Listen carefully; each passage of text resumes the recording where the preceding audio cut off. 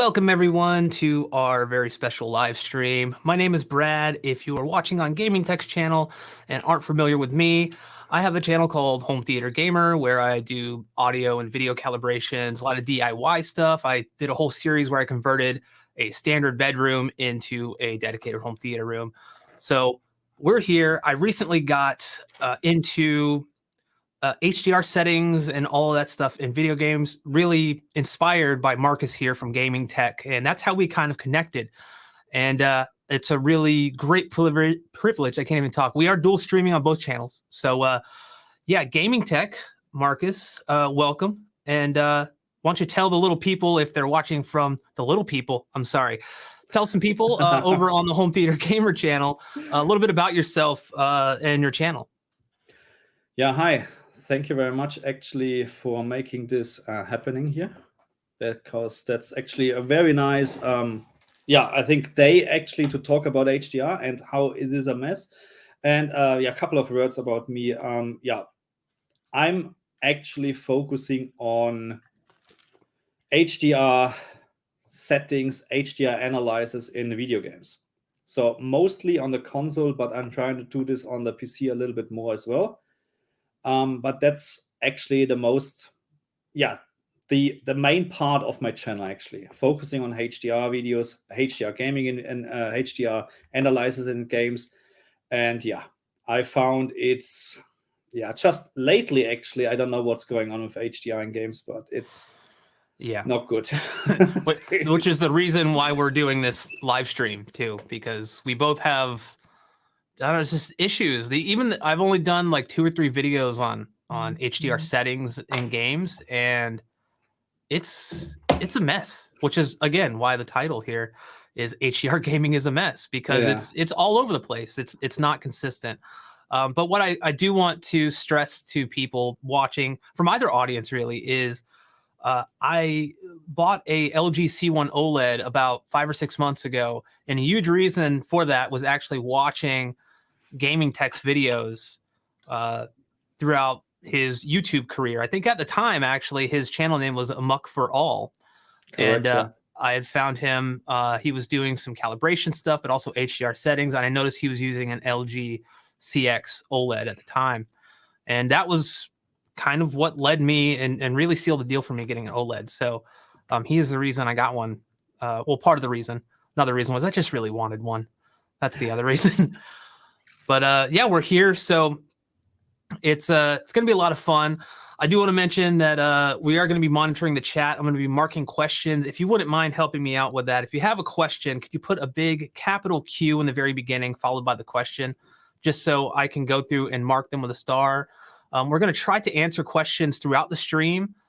We kind of plan on the stream lasting an hour to maybe 2 hours.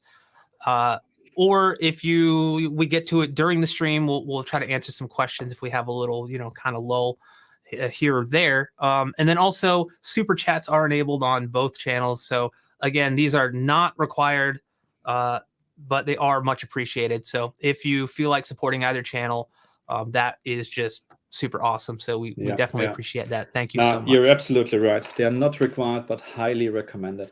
Yes, I like that. Highly recommended. That's a great way to put it. So God Lord Paddock already started with something. Forspoken demo HDR is horrible. So we're not going to talk about Forspoken demo HDR in this stream today, because I'm going to prepare a video about that. So no spoilers, okay? And we've both played it. Him and I have talked about it off stream a bit. But yeah, I don't want to spoil anything. So it's fine. It's fine. It's nice that they actually released a demo.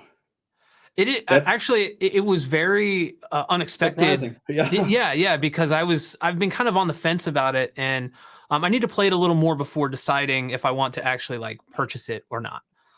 But correct. Having a demo for a game these days is a rarity. Like, it doesn't happen a whole lot. Yeah, correct. I mean, but anyway, okay.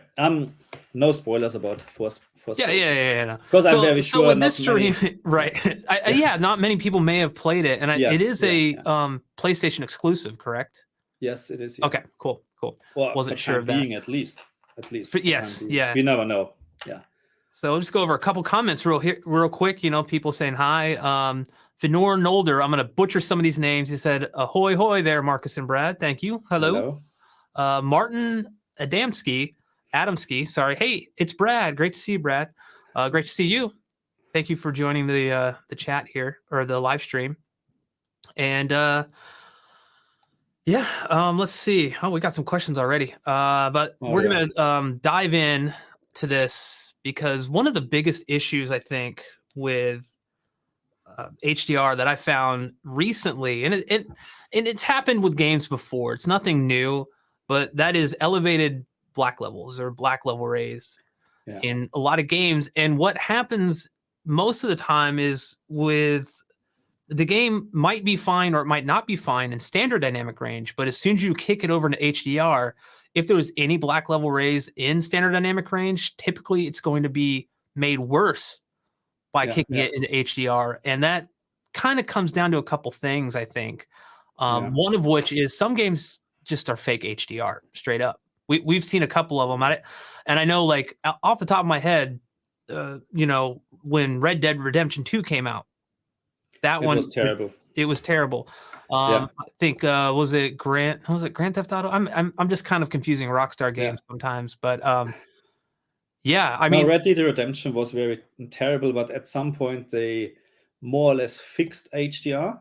Yeah, but it's still not on a level where I would say for a AAA game, it's not on a very good level. Let's say like this. Yeah. But let's take the Callisto Protocol for an example, because this is the recent game, and I was looking forward for this game because I'm a very big fan of horror games like that, Dead Space and whatever. It's a great game in my opinion. To be very honest, it's a great game. I haven't had time to continue playing, unfortunately, but I will.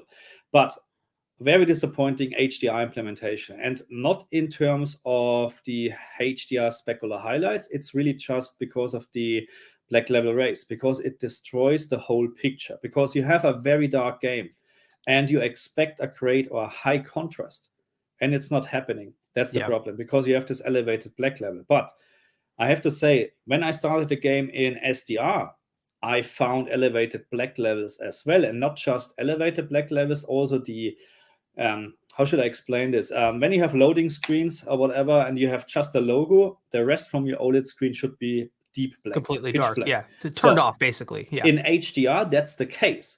In SDR, when you play with the standard settings, it's not the case. You have already raised black. That's not raised black level. That's something else. There looks like the gamma is completely wrong in SDR. So you have to change it to sRGB to have perfect OLED black and a great contrast. But then, of course, you're missing out the specular highlights from HDR, which are actually great in this game, because you have, first of all, of course, a difference between 200 candela SDR and 800, 900, 1000 candela or nits in HDR. And of course, you have so much more fine details in the specular highlights in HDR. So really, really good. And I just hope that at some point they will just fix it, because with my recommended settings, that's just a workaround. That's not a fix. Right. You destroy, maybe you maybe have black crush when you do the fine-tune dark area setting, or you still have elevated black levels, and so on and so on. It's just a workaround. I mean, it's working good in this game, but again, just a workaround. Well, if you're someone who likes to play multiple games at a time, then and they're all in HDR, you have to remember to turn off or disable or revert those settings for the fine-tuned dark areas, or if you're just making a global brightness adjustment, then you have to remember, the next game I play, I'm going to have to stop doing this. I'm going to have to return those settings to their normal value. And sometimes, like, I forget. I not related to this, but when I was calibrating my system one time, I was doing something with the subwoofers, and I was trying to isolate those, and I turned the crossover up all the way to like 250 hertz. Well, I forgot to return it back to 80 or 90 hertz where I had it set at. And we watched a movie, and I was like, the bass in this movie sounds really weird. Like it's so, and then I realized after the fact that I never returned it. So even for someone who does this all the time and is kind of a techie nerd guy, it still happens. It's like, and it shouldn't. I think that's kind of a big point of this live stream is it shouldn't be that hard, right? Like it should just work. Like they should totally fix this. And I've actually done more testing earlier today, because I was just curious, because I was getting comments on my video. I think we actually both made similar videos about the Callisto protocol, and our findings were pretty much exactly the same. But I, get comments saying like, well, I'm playing in Dolby Vision and I don't have an issue. And that's not the case for me. I switched on Dolby Vision and I still have to drop my brightness down or the fine-tuned dark areas setting down. Yeah, now what some people still don't understand, unfortunately, is that you can play in Dolby Vision almost every game on the Xbox. Yes, correct. But it's not native Dolby Vision. It's just using the HDR10 metadata and displaying Dolby Vision on the screen. But it's exactly the same. You will maybe experience a different picture because your picture settings are different. But that's a completely different story. Yeah. Dolby Vision is kind of a cheat way. Like, not, I don't want to say a cheat, but like on the Series X, it's I've found it like I don't see much of a difference between using Dolby Vision and just setting up HGIG properly. There's really no difference. I think for some people that don't understand what HGIG is, Dolby Vision might, I don't know, it might take some guesswork out for them, but at the same time, it adds another step, in my opinion, to games that have HDR sliders, because now you can just max those sliders out and still retain a lot of that highlight detail, but you don't know if this is the correct setting and if it's going to look as good as it could. And there's till today just one game really which supports native Dolby Vision. That's Halo Infinite. That's the only game which supports native Dolby Vision, and I did a video about that and I compared it with HGIG, HDR10, and you can see a difference. Very, very minor, or hardly actually to tell, but when you do a side-by-side comparison, then you can see it. But doing gameplay, there is no chance that you can tell what is on. I'm very sure no one can tell. Yeah, and again, like, I don't want to say I've trained eyes, but I normally can pick out things, just from being in the home theater hobby for so long. My eyes are attuned to anything that doesn't look right, and I couldn't tell the difference between the two, if I'm being completely honest. But I will say, like, during my testing today, so I switched out I was just testing different things. I'm like, well, if I'm playing on the C1 in PC mode, where it basically enables 444 chroma subsampling, made zero difference. I still had to make those adjustments. On the Xbox, I know, again, and I think I made a note of this later, about limiting your consoles, like setting your console to limited and your TV to limited, or maybe with this game, a lot of people are saying create that mismatch, like set your console to full RGB range, but then set your TV to low. So you're essentially like kind of crushing that data down. But there's some issues. Again, that's a workaround that we shouldn't have to do. Absolutely. So first of all, this workaround or trick just works on the PlayStation 5. On the Xbox, it does not, because the Xbox always outputs or delivers a limited signal. Whatever you do, even you set your Xbox to the PC mode or standard. I don't know what it was. What was the name was. Then just the dashboard is actually in RGB full. As soon as you start a game, it will switch back to limited. I tested this many, many times. The PlayStation 5, on the other hand, will output RGB full as long you have a 60 hertz signal and HDR. As soon as you have 120 hertz and HDR, it will change to limited because of the bandwidth limitations. In this case, you can actually try and force your TV into limited, and it may or may not work out, and that's the problem. We don't know actually what is going on. Let's say again with Callisto protocol, it can be maybe just a mismatch between RGB full and RGB limited when they're switching into HDR, because HDR, we need to consider something. So HDR material is always in, or the content is always in limited 444 or 420 or something like that. There is when you watch a Blu-ray DVD or HDR Blu-ray DVD, the content is actually saved in an YCPCR 420, not 422, 420, because of the amount of data. And they try, of course, to compress this as much as possible. And no one is complaining about the quality, by the way, because everybody's saying, oh, 420, you can't use it. Anyway, also different story. For PC and graphical works, yeah, I agree. Full RGB, yeah, go for it. But for gaming or whatsoever, it really doesn't matter. But anyway, we don't know what's going on with Callisto protocol. It can be a RGB mismatch. It can be something else. It can be some people saying creator's intent, but I actually doubt it because it looks awful. It does look awful because as soon you switch into SDR mode, it looks okay. So how can it be creator's intent?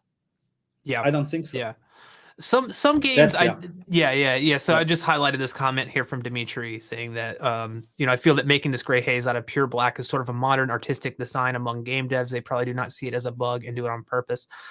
That can be something that maybe in certain areas, it definitely in certain games, it has been an artistic intent.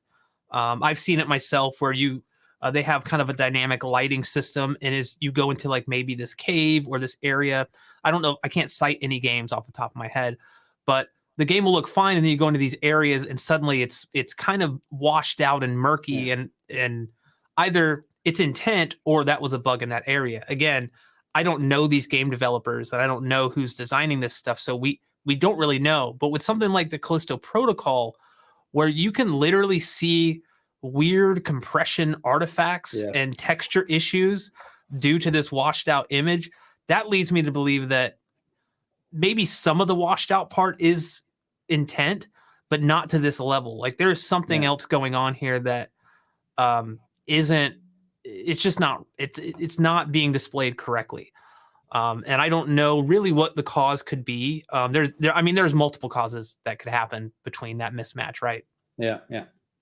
So, and I fully agree with you. So what we need to keep in mind is that, of course, with HDR, we have a much wider or more possibilities to actually display stuff on the screen, let's say like this. So they can make, of course, let's say smoke or haze more realistic, because now we can actually show a little bit of a mount smoke in this dark area, whatever. But I fully agree with you. When you go into a dark room and there is, let's say, maybe a fire burning, then you should just have smoke or whatever on this fireplace, not in the whole room, because the rest should be dark. And with this elevated black levels, everything is lifted. You can clearly see this, and I don't like it, especially on an OLED screen where you're expecting actually a great contrast in terms of very dark or almost perfect black actually, and then you see this very washed out picture. It's just a shame, to be honest, because Callisto protocol, in my opinion, would be a great example on how HDR should actually look like in a game. That's very true. That's very true. I know I think you answered this in the chat already, but I just want to say thank you for the super chat. I'm not gonna butcher your name. I'm sorry. But yeah, for PS5 this time, Jones is fine. Yeah, Jones. Let's just go Jones. Thank you so much for the super chat. He asked for PS5, is it time to buy an 8K TV or stay on LG CX? My opinion is I don't see 8K. I don't know. I don't know that 8K will ever become the norm within the next 5 to 10 years. Yeah. There's so many issues that we still have yet to resolve with 4K 120 and certain displays not even being able to do that. And let alone these consoles not even being able to let's be honest, render out 4K games at 60 frames per second. I don't very less ones. Yeah. So 4K, especially like on a CX or a C1 or a C2, you're more than prepared. The main reason to kind of go with a higher end model is to get that higher peak brightness. That the CX is still great, and if you're comparing it to like something like the G2 that Marcus has both of, then side by side, it's no comparison. The G2 is just brighter in terms of HDR peak brightness, right? But if you just had the CX, I don't know that you'd actually be able to know what you're missing unless you had it right next to you. No. To be very honest, the differences between the CX and the G2 are not like day and night. Not for the amount of money what I spent, but I'm a tech nerd. That's why I bought it. You know what I mean? So don't take me as someone. I also bought the Q95B from Samsung. Yeah. And That's right. there's a reason why it's not in this room anymore, because it's not as great as it should be. Yeah. Even if it's a high-end LCD screen, there's no chance against an OLED TV. And that's how it is. Sorry. Yeah. Yeah, I want to point out this comment real quick, kind of related to what we were talking about here with the, 8K. It's Juan says we'll be lucky if we get 1440p at 60 with the new consoles. It'll be a while before 8K. I really think, and I've kind of thought this for a while, and this is kind of off topic to what we're talking about, but hey, it's a live stream. It happens. But I think image reconstruction is really kind of the name of the game now with kind of these consoles and even PCs at some point. We're kind of learning with DLSS and FSR 2.1 or 2 point. Yeah. That I like to make basically native rendering. We're kind of learning that it doesn't necessarily matter that much. If we could upscale this stuff with DLSS or FSR and have it look really, really good, close to a native image that honestly a lot of people wouldn't tell the difference. And you get all of that, a lot of that performance from, rendering it at a lower resolution. So we can get things like 60 frames per second and stuff like that. So you were going to add something, Marcus? I like to add something in terms of PC, because what I don't like actually on PC reviews when they're testing games, and not naming channels here, but they're all testing the games on high-end PCs, really high-end PCs, 4090 minimum, because they like to stress it out. And that's a problem nowadays, because I think how many % of people actually owning a 4090? I don't have one, because it's ridiculous amount of money. I would spend here 3,500 Australian dollars for a decent 4090. It's crazy. That I can play the game with 40, 50, 60 frames more in higher resolution. I can just change my shadow details a little bit, and I'm playing in 1440p. What's the problem? It's even sometimes a higher resolution than on the consoles. That's how it is. The consoles right now not delivering, in my opinion, what was promised, because they promised, look at the carton or whatever, or the packaging, 4K, 8K, whatever. They're just, it's not right. We can be very lucky when we have indie games. They're actually having a 4K native output, but most of the time, all the AAA games, we know it 1080p, 1440p, or a 4K dynamic resolution, whatever, in, of course, less details. And but also, of course, don't get me wrong, the price is a very big factor here, because absolutely you can't. What can you buy for? So in Australia, the PlayStation 5, I think, is now 800 something, or 750, 800. What can you buy in terms of PC hardware for this money? Nothing. What can you do? I mean, it's so expensive, and I've wanted to build a new PC for a while. I can't. Like, it's just, we're still kind of running off of shortages here, at least in the United States, with GPUs and stuff, and being able to find something that I want at a reasonable price. It's easier now than it was, but it's still not as easy as it was when I built this computer back here. It just has a 2070 Super, but I was able to get all the parts I needed within like 2 or 3 days, and like now it's like people are waiting to still get this stuff because of shortages, and it's crazy. It's still an issue. I mean, it's just too much money at the moment. So I'm happy that I have my 3070. I bought this back then to a reasonable price. Now, of course, it would be a little bit cheaper, but back then, with all the Bitcoin and mining crap and whatever, it was just ridiculous. It was crazy. But again, okay, let's go back to HDR. We actually had a couple comments that I wanted to mention here, going back to HDR in games. XX, the Predator XX says it's not a mess. Most games look way better with HDR than that crap SDR image. Yes, I will agree. In most games, especially like games that have come out and have had patches and stuff that are being updated, but a lot of games coming out now have, even like Midnight Suns that you just did a video on, Marcus, has a weird HDR bug where if you're disabling HDR in the system level to test out SDR, and then you go back, you now have to uninstall the game and delete your saves, right? And then reinstall. I still didn't find a solution to get HDR back. That's crazy. And then Ford, I think, replied to him that said, or that person, that I think they mean it's a mess because there's no standard. And that's kind of where the biggest issue lies, I think. There is a standard. There's a clear standard. Yeah. It's HDR10. It's a clear, defined standard. I think. So it's, I think. So it's weird. It's weird when we look at like movies and 4K movies, UHD movies. We don't really have many issues. Like in the initial kind of release of some 4K UHD movies, we did have some weird level mismatches. So I know Ender's Game is a really good example of one that is completely washed out. You have to literally put your TV on full range, I believe, and it fixes it. But other than that, like HDR movies typically look great. I mean, we're coming down to artistic intent again, but they don't have the same type of level of issues that games do. And I think because games are so dynamic and interactive, and they also take a lot longer, there's no they have to basically factor in a bunch of different things when they make a game. Whereas a movie, it's like what you're seeing on the screen is what that person and that person and that person is going to see, right? Yeah. Whereas video games, it's like, well, okay, like they have to. There's so many variables, right? So something is going on in some part of the process that is preventing. That is just causing issues down the line, for HDR in general, right? Like we keep seeing time and time again, and I'm still of the like Cyberpunk is a great example. Is like I booted that game up the other day, and for the life of me, I still have trouble getting it to look how I really think it should. Right. Yeah. Like I still have trouble getting the HDR image that I think the developers wanted me to get, but I'm having trouble getting that. Yeah. Now, unfortunately, what I don't understand is I really like to know actually if they're doing some quality control before they.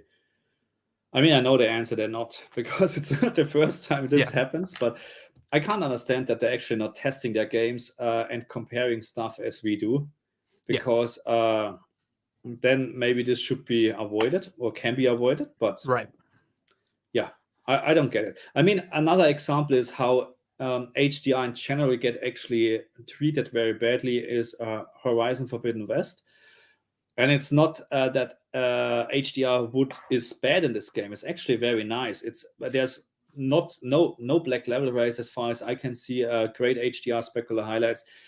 But the fact that they patched the system level calibration into the game without actually really announcing it makes it a very bad example, or very good example actually, because you can just imagine and the problem is you still have the same settings in the game as before.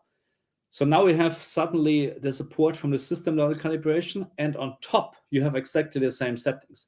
So if you now used my old recommended settings, and by the way, they were confirmed by Vincent actually, and I say confirmed because I brought up my video before him. So if you use those settings and now you set up your PlayStation 5, which should be set up in the correct way, the picture looks awful. And this is what I don't understand. Why are they doing this? At least disable the internal settings from the game then. Yeah, it's pointless to have both, because now you just added another level of complexity to a system that already. The whole point of having the HDR system level calibration is you set it once, and for games that support it, it's great. You typically shouldn't have to worry about it, but for games like Ratchet and Clank and things like that, I think it can make a big difference for a lot of people. Having that set up correctly, where you don't have to go in and be like, oh, well, what's the maximum peak brightness of my display? Because I think a lot of people just won't know. We can point into our tings or ratings or however you say it, and look at the measurements there, or your videos, but like you say in a lot of your videos, you can't give them settings for every single display. It's just not possible. There's so many different ones out there. So, it's just. No, I mean, there are so many great examples, and you named it already. Ratchet and Clank on the PlayStation 5 is a great example how HDR should work. Full stop. God of War Ragnarok has also, I would say, okay HDR. It's not something new or whatever. I was expecting this. Horizon Forbidden West, yes, great. My favorite is still actually Cyberpunk. even you have very a little bit limited raised black levels, but it's on a how should I say, it's not that obvious, especially it's not a Callisto Protocol situation, right? So, but you have so many great HDR effects in this game. I really do like it, and yeah. And then on the other hand, Callisto Protocol, Resident Evil, which has a mix match of very great HDR locations, and then you go in this, I don't know, room or whatever, and you're saying, what the hell is going on? This can't be great as intended. It just looks awful. But yeah, exactly. There's been a few games where I've actually just disabled HDR altogether because it was so broken. I mean, Red Dead was one of them, because I was playing it far before they patched it, and it just was. I didn't have to think about it. It just worked, right? And that's, I think, I think you and I see a lot of comments in those types of videos where people are like, I turned off HDR a long time ago because it's just too confusing. Yeah, no, and it shouldn't be like that. It shouldn't be like that. We really and also what I mentioned in so many of my videos, I don't know what developers actually thinking when they're putting some HDR calibration screens in their games, where you have literally no idea what you should do, and then at the end I found out even you set it up exactly how they like it, it doesn't fit your screen. So I really I think so HDR is on the beginning, like but it will be, there's no way going back to SDR, because we will see more HDR TVs coming, and SDR is gone at some point. It will take several years, of course, before SDR is completely gone, but it will be gone at some point. And then you will see proper HDR implementation, much better implementation, because then they can focus on HDR and not on SDR as well, because there's a difference. You can't just, and this is when we're talking about fake HDR. Fake HDR, you can really clearly see all what is happening is actually the specular highlights is just brighter, but you have no details in it. Usually when you have like a sun on the sky, whatever, and clouds around, you can clearly distinguish all the fine details. And fake HDR, you just have a very bright spot on the screen. That's all. Right. Yeah, I found that, again, that was with Red Dead 2. Because I remember going, this looks weird to me. I can't get this to look right. And then, it was one of those situations where when the game came out, it was SDR in an HDR container, and all you were doing was raising that maximum peak brightness, but you're not actually getting any more information. It was it was the complete opposite of what HDR is kind of all about. Like, you have this much wider dynamic range. And that actually leads me into something else I wanted to talk about, and something that I always try to explain to people, especially, if you're just getting into home theater, you're buying a new TV or something, is the HDR expectation versus what HDR actually should look like. So, when we go to a store like a Best Buy, or I don't know what they have in Australia there, I'm sure Best Buys and stuff, but you see TVs on display, right? And they're all in the bright, vivid mode, and you think that is exactly what HDR needs to look like, and everything's going to look like this. And then you get home and you turn on a movie or you turn on a game, and it doesn't. And it's because those are an example in a store to sell you a TV versus something that was, meticulously pretty much slaved over a movie side anyway. I don't know how the HDR process works in video games, but someone sat at a monitor for days on end, color correcting this thing in HDR to make it look a certain way. And that just kind of goes back to, the kind of age-old thing with HDR and photographs, where we had this big dynamic range, but we also had these really kind of unrealistic, oversaturated colors, and just pop, right? Everyone wants that pop, when sometimes that's not the creative intent, I guess.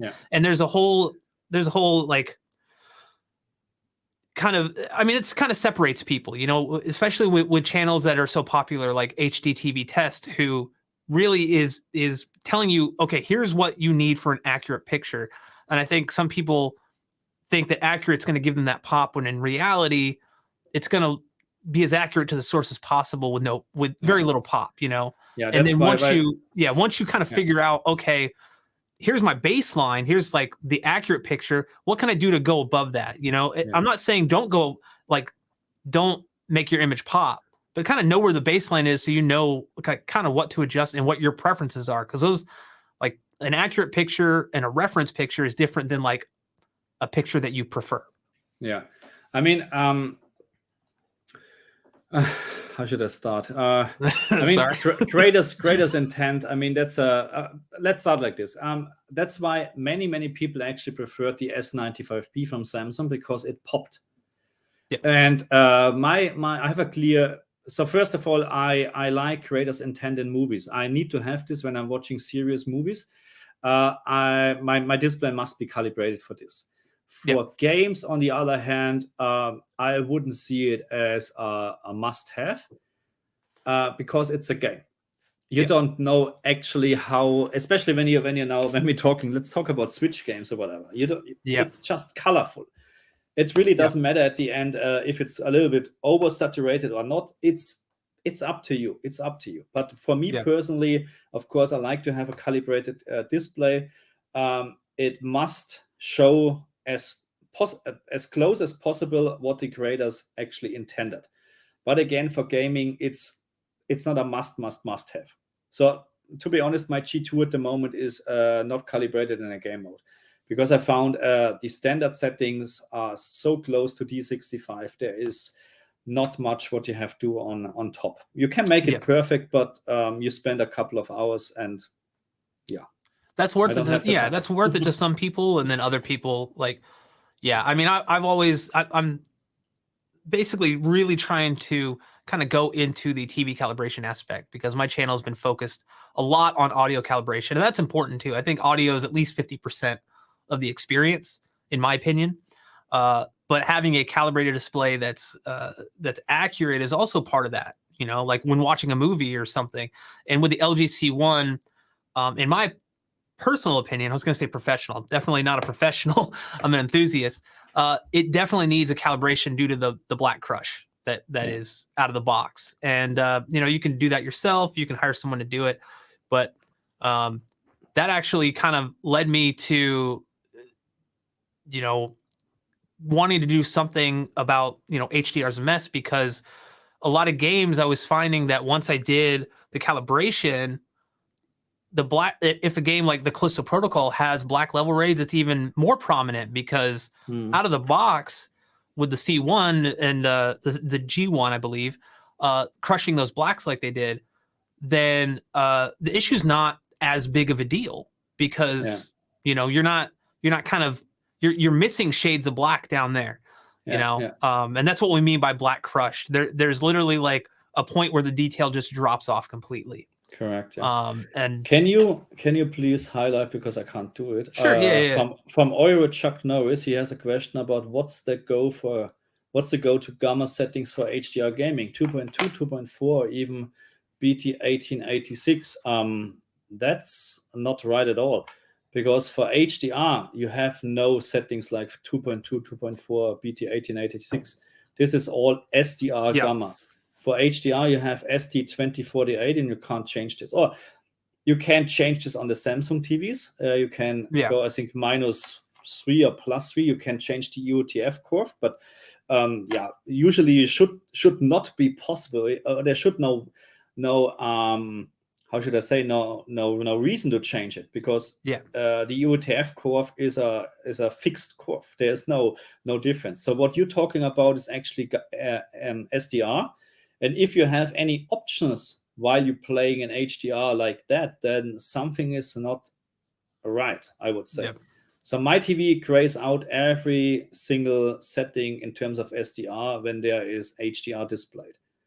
So maybe you can tell us what TV you're actually using. Yeah. So someone else actually comment related to what we're talking about here. His question. It's weird because the LG CX lets you change the gamma using HDR. And I actually remember noticing this on the C1 before I calibrated. Once I calibrated, it locks those settings. Like you can't touch them. But out of the box in game mode, it allowed me to adjust the gamma, but I never did. I never touched it.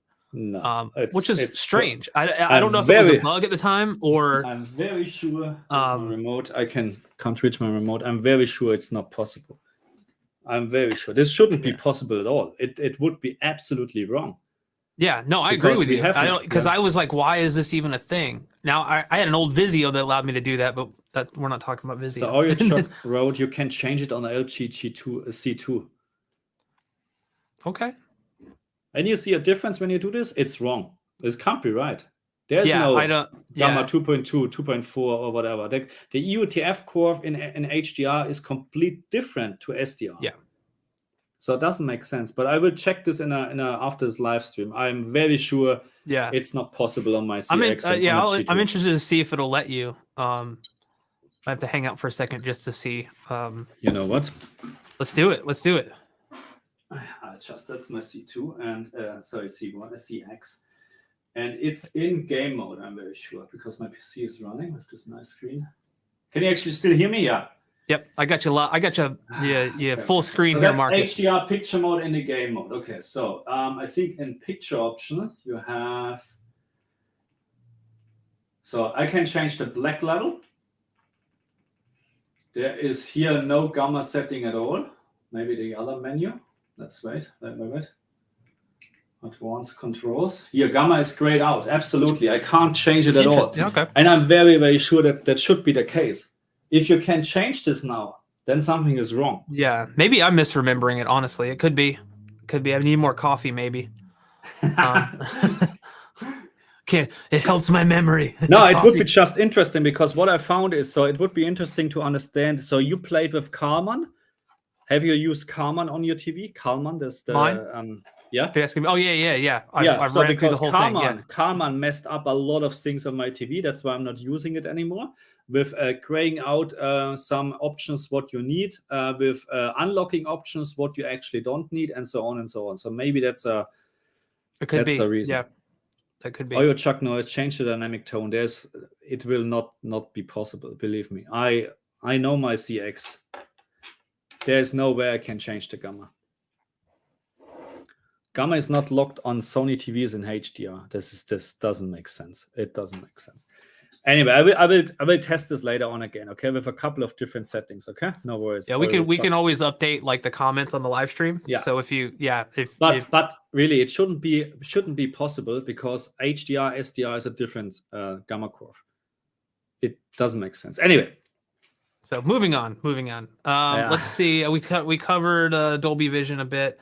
Okay, so I actually want to talk about this because Plasma TV for Gaming is actually in the comments, and yeah, he's the one that actually kind of turned us both onto the setting, I believe, which was the switching it over to HLG, like basically feeding the set a standard dynamic range signal using the 11131111 kind of picture hack, I'll call it, I guess, and changing the was it the EOTF to HLG?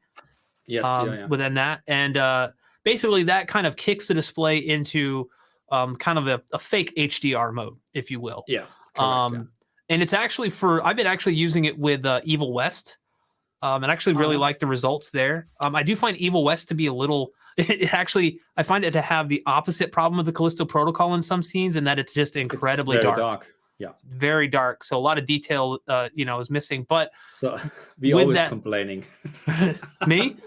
we always complaining. Oh, sometimes it's too dark, we want perfection. These games are expensive, people.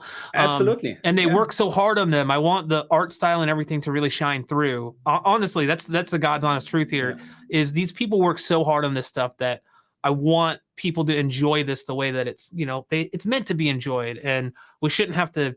Kind of jump through hoops to get something that we call a usable picture, right, or a playable picture. Yeah.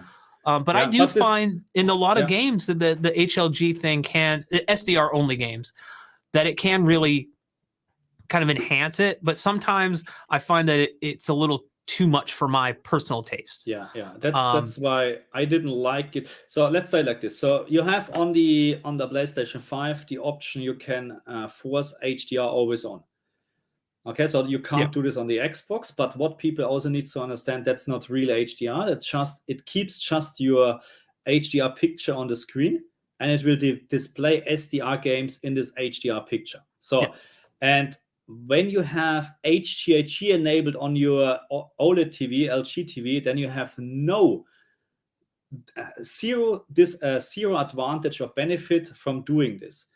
because the picture will stay exactly in the same brightness as in SDR. So what you have to do then is dynamic tone mapping on. You must use dynamic tone mapping on to get a brighter picture, but it's also limited to 400, 500 candela maximum.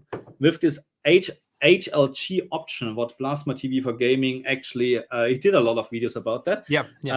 Go check his channel out if you haven't. So what he did is, or you really force HLG on SDR games, and you get actually the maximum peak brightness of your TV. That means if you use this on a G2, you get up to 1000 candela on very bright elements. So still, it's not native HDR at all. You will miss a lot of fine details because you just have SDR information, and now suddenly you try to display it in a much wider range. So it doesn't work like native HDR, of course, but it will improve some SDR games significantly. But what especially if you're in a bright room, right? If you're in a bright room that you're not in a light controlled environment, it can make it the difference between playing like a dark game like Evil West much more playable in a brighter environment. But what I found on my TV actually is also it will pop the because it will also change the color gamut from SDR to HDR, of course, and will just extend the colors. And that makes the colors absolutely pop. And especially when you have red colors, they're absolutely oversaturated. And you clearly can see this. And that's the only downside. Otherwise, I would recommend it to do this if you like to, but I did not recommend because of that, because you have just very wrong colors. Yeah, I have actually a small bug with that, where if I go back to SDR, I actually have to go over one. So if I set it back to auto from HLG, it won't actually map the SDR image correctly. I actually have to go back to SDR and then back to auto, and it's fine. So just keep that in mind if you do end up trying this setting out, and you do a little research after this video or this live stream, and you do it, and the video you're watching may not mention that, just go back, like if you're going to switch it back. Because otherwise your SDR, I think it was like super dim and just was not mapped correctly. So yeah, something was wrong. So, but anyway, that's usually not a menu where a normal user should be in. You know what I mean? It's just, that's why you can expect that something is not working as it should be. Yeah. So let's break up the stuff here a little bit and answer some questions. How do you feel about that? Yeah. That's a good idea because we have a lot of comments. We do. Yeah, I've started like 17 questions. So let's start from the very beginning here. So Play Nice Games asks, with games like Doom Eternal, which looked and played great in HDR, what game are you looking forward to that will be truly this gen? That's a hard one because we've seen a lot of cross-generation games. That really, I mean, Horizon in certain aspects, Horizon Forbidden West did feel a lot like a PS5 game, but there were also kind of remnants of the old tech, like loading screens on these like just seeing a loading screen in general on like a PS5 when Ratchet and Clank can seamlessly like literally bring you into completely different worlds instantly. It kind of makes it difficult. Man, I don't know. Like, that's a hard one. Do you have any insight or any take on this? So first of all, Spider-Man 2 on the PlayStation 5. Yes. I'm looking forward for this one. And then we have, of course, Resident Evil 4 coming. We have a lot. They're just remakes, let's say like this. But I'm expecting, or hopefully we see great HDR in those games, especially horror games like Resident Evil, Dead Space, the remake which is coming. There should be. That's perfect games for HDR, but I have already a very bad feeling because we're talking about very dark games. And But again, if anyone from the developer is watching, I told you already in my video, I'm very happy to receive review codes and test your game before you release them. But it's a quality control issue at the end. But those are the games I'm looking forward, and there are many, many more. Of course, we have a Stalker 2 coming, or is it 3? Mm-hmm. No, Stalker 2, huh? Yeah. Is it 2 or 3? Anyway, I think it's 2. I think it's 2. So. They never officially came out with a Stalker 2, right? It was an offshoot, It's those games, I'm looking forward. So AAA games should have perfect HDR in my opinion. I hope so. But but you never know. You never know. Yeah. If they're just being very lazy and they're just whatever they're doing with Resident Evil 4. And I have to say, I think Resident Evil 4 is my all-time best Resident Evil.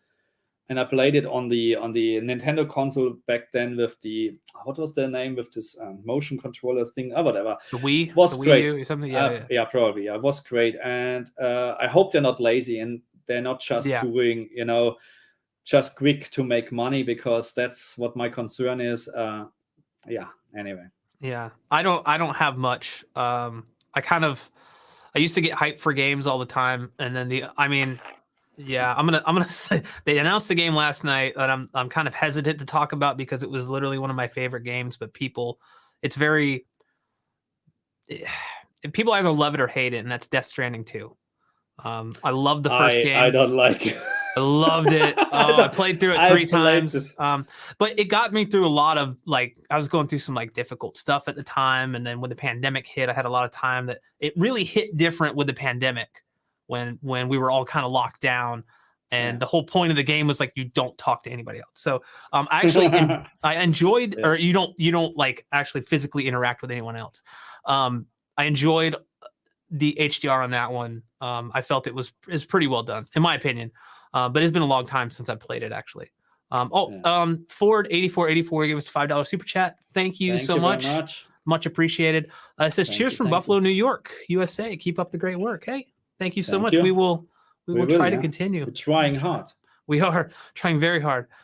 So moving on, let's see. We have Power Up 62.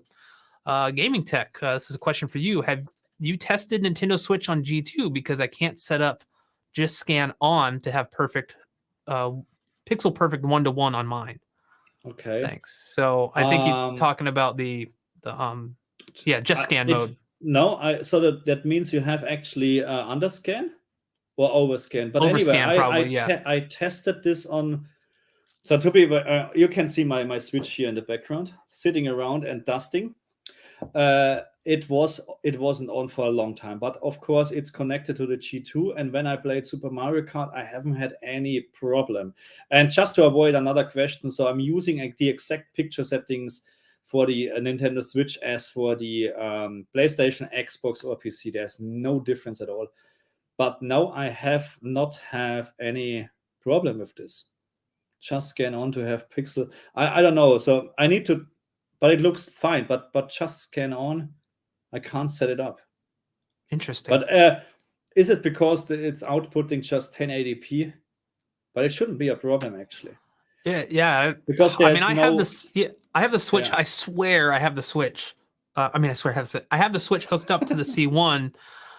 And I think, because I remember when I set everything up, I went through every single device and made sure that Just Scan was turned on, and it allowed me to turn it on. I don't know if it's different on the G2, but on the C1, at least, I was able to set that up. I do remember that. Yeah, I think there was an issue with just 1080p signals, where you maybe have overscan, but I didn't have the problem on the G2 for sure, not because I would go crazy. Yeah, absolutely. I'm very sure. So just maybe check your settings from the Switch again. Try a different HDMI port, because sometimes this can be a problem as well. Reset your picture settings. Try a couple of things. I'm very sure it's working as intended on my G2. Yeah. But this was a long time ago, to be honest. So maybe update messed it up on the G2, whatever. Yeah.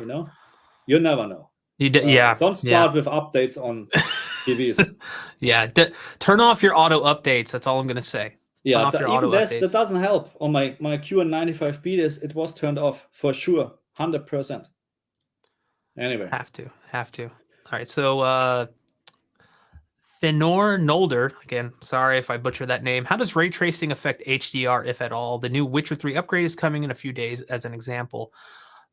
I mean, we're technically talking about two different things, right? Like, we're talking about the engine itself, like the materials and everything. It can impact HDR in certain ways, if materials are physically based, which is kind of a big thing with ray tracing. Is you technically can't just add ray tracing to a game and keep the same textures. They have to be, a lot of those textures need to be adapted to receive these type of like ray bounces and everything within the game. So that can affect things like the specular shine on a surface, which directly impacts the HDR performance, right? You now have like maybe this bright spot that you didn't have before, but I don't know that they're directly related or controlled. Like they don't, like one doesn't control the other, if that makes sense. Does that make sense at all, Marcus, what I just said? Yeah, no. I think you're very right. It shouldn't. It just can actually maybe improve HDR because it will look more realistic because you have ray tracing with more a realistic look, and on top you have HDR. Yeah. So that's how it works, but it's not controlled by anyone. So if it is controlled, then really more like from RTX, because RTX is the main textures, let's say like that, and then you have the brightness from this texture like a bright spot, and of course this is controlling then how bright or what details are in HDR, but it should just improve HDR actually. Yeah, and EL said RTX Portal is a good example, and I agree. I haven't played it. I've watched comparisons of it because I don't have a 4090. Yeah, I was going to say, I think I don't even need to try it.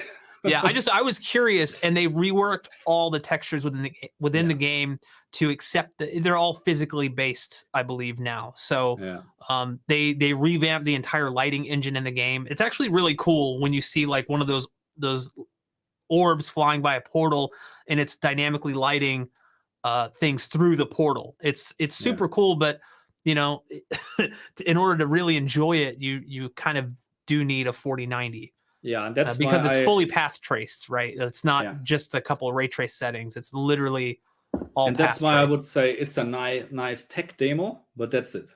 It's not for the majority of the players, and that's unfortunately. But I mean, RTX is still, in my opinion, in developing. You know, because it's not new, but it's new for gaming.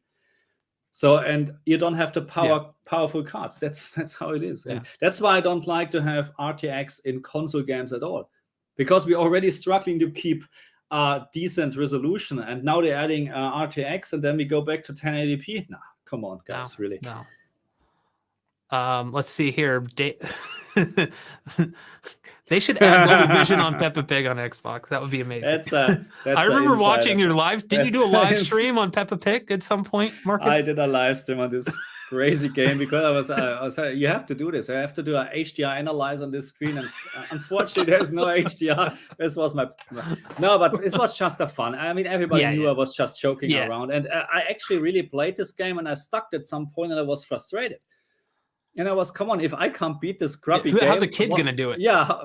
Anyway, I stopped. I don't know anyone who watched this live stream. It was hilarious, you know. Yeah, and I fully agree. We need RTX and Dolby Vision and DLS. Peppa Pig ray tracing. Wow. I actually live, and I kid you not, I live close to a Peppa Pig theme park. Okay. See, you can maybe do a live next to Legoland. Point. Oh, see, there you go. There you go. Let's see. You two someday one asks me. Oh, hi. Hello. Do you calibrate other people's home theaters? If so, how can we contact you? We can definitely talk. I don't do it for free, unfortunately. But if you go to my YouTube about page, you can click on a thing to see my email and just email me there. It's brad@hometheatergamer.com. I can't put it in the comments for security reasons. But let's move on. I just had to promote myself there. No worries. Let's see. Blake Gibson asks, I don't know about HDR on PC. This is more of a statement, I guess. But on consoles, I don't seem to have any issues. It's obvious when it's working, and the only issue I've ever had is my Xbox Series X randomly turn HDR off for some reason. I don't know what to say to that. I think it's definitely something that's on a per game basis. Some games are going to have great HDR. There's just, you might not have to adjust a darn thing, but then other games you're going to have to go through a bunch of, that's why I've started making setting videos, because I'm like, this stuff is complicated even for me. You know, I think I'm doing similar things that Marcus is doing with taking screenshots and then analyzing it on the computer using the HDR image viewer. So you could see, does this game support the system level calibration? Like if you intentionally set this up wrong and you go to analyze those screenshots, you'll definitely be able to tell, you know. Yeah. So yeah, you know, that's great to hear that you know you're having a great experience. Unfortunately, a lot of people aren't, which is why they come to the internet to find out how to adjust this stuff. Yeah. Let's see. So this is kind of an audio question. Andrew 1977 asks, how do you integrate two subs, the Mirage FRX S12s, and mains that have built-in powered subs? The Mirage FRX 9. So this is a really, really difficult thing to do properly, and it's going to take a lot of time. You're not, in my personal opinion, you're not going to be able to do it by ear. You're going to need to use something called Room EQ Wizard and a measurement microphone to actually see the frequency response in real time, because you're going to run into phasing issues when you're running those the two subs and the 8-inch subs within the power, like in the towers themselves. And I'm assuming, I'm not familiar with the Mirage FRX 9 off the top of my head. I'm assuming they have, because they have powered subs, that they have a discrete input for just the subs. So like an LFE input. You definitely want to use that and treat them as their own sub. So don't treat them as they're part of the tower. Treat them as a single sub. Now, if they do have that sub input and you have technically a total of 4 subs, then again, you have to really use software. And there's something called the Mini DSP 2x4 HD. I have a whole series of videos on my channel that I think would benefit you greatly there. It's possible to do it without that, but it's a lot harder. So yeah, that is that's kind of the short answer. Since this is an HDR stream, I don't know how far down that rabbit hole I want to go right now. So yeah. But yeah, audio is again a complete different story too. Yeah. But it's very important in my opinion. A great audio to have in a game like Callisto Protocol, in my opinion, it's just great. If you play this with headphones or with a great 5.1 or even 7.1 or whatever, wow, just great. Yeah, it's I have a Dolby Atmos setup in my home theater, and so playing the Callisto Protocol on the Series X, it has native Dolby Atmos support. I confirmed this, and it's really cool. There's numerous parts where you actually open a door that rolls up. You can actually hear it open up and then roll like up over you and behind you. And man, it's so cool. That's the kind of stuff that I'm like, okay, if you've not heard Dolby Atmos in a game properly, then yeah, come on over. I'll give you a demo. It's really cool. I will come over at some point. Yeah. There you go. Yeah. Hey man, if you're ever in the Orlando, Florida area, let me know. Let's see. Moving on here. Let's see. Jones again asks, "Hey guys, do you think it's time?" Oh wait, that was before. You answered that. We had this. Yeah. Yep. No, it's not time. Keep your. It's not time. Yeah, it's not time. So this is kind of different than what we're talking about, but it's still a valid topic. Guys, I have a question about movies and streaming apps. Do you think IMAX format will become a standard? Watching movies with 50% of the screen, it's horrible at times. It totally changes the experience. No, I don't think it'll be it won't become standard. I mean, a lot of movies, I mean, IMAX is kind of the new kind of buzzword right now, but a lot of movies are filmed in slightly wider than the 16:9 aspect ratio, so 1.85 to 1. That you'll see very small black by, like very tiny, less so than like most Netflix shows. Netflix shows are actually formatted for phone screens first and foremost in terms of their aspect ratio. But those are kind of thicker, but the Netflix shows are kind of in between, like a movie that doesn't have black bars and a movie that's like really wide. You know, like the Terminator 2, for instance, is really wide. That's a artistic and director choice. What I enjoy are movies that are either filmed in one ratio or the other. I don't like the switching back and forth. No, that's terrible. Some of like in the Batman. Or was it? Yeah, Christopher Nolan movies are notorious for that. Just, you go from black bars to no black bar, and it just kind of takes me out of it. I would rather just watch a consistent experience. So, personally, me, I don't know that will ever become a standard as long as directors are still making that choice. Because some directors never will shoot in that format. Others will. If we actually look at like Avengers, the very first Avengers movie, by Joss Whedon. He shot that, you know, in the 185, so it mainly fills your screen. But then as we get to some of the other, you know, movies that are not IMAX enhanced, they're filmed in the really wide aspect ratio. So it's going to depend. Do you have any take on that, Marcus? I'm not very knowledgeable in terms of movie stuff, you know, to be honest. That's not my... Ask me something about HDR gaming. Let's move on. That's why we're here now. But I hope that, you know, that's just kind of my personal opinion on it. So, you know, take that for what it's worth. But moving on here, Deadbeat Casanova, the Windows 11 HDR calibration has been out for a little over a month now. What are your thoughts on it? I don't have Windows 11, so I'm going to shoot this over to you, Marcus. Yeah. Okay. It's working on supported games, and this is very important to understand. So it's actually nothing else than the PlayStation or Xbox system level calibration. It's exactly doing the same if a game supports it.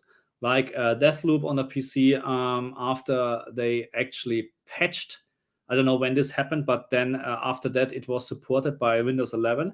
But you still have the controls in the game, which makes sense because not all the people are changed to Windows 11, because Windows 10 doesn't work with the HDR calibration tool, which is, I don't know, kind of surprising, I would say. Anyway, I'm not a programmer, not working at Microsoft, but maybe that's a selling point for Windows 11. Anyway, selling point, I mean, you get it for free. But anyway, they want you to upgrade, right? They want you to upgrade. Correct. But that's more or less exactly the same as the HDR system level calibration on PlayStation 5, Xbox. It works as intended, up to 2,800 nits. I think that's the maximum, which is fine because there's no TV which are with a higher peak brightness right now. And even then, it's fine. It's just working on supported games. And of course, auto HDR games. It's also very important to mention, if a game supports auto HDR, then it also relies on the system level calibration.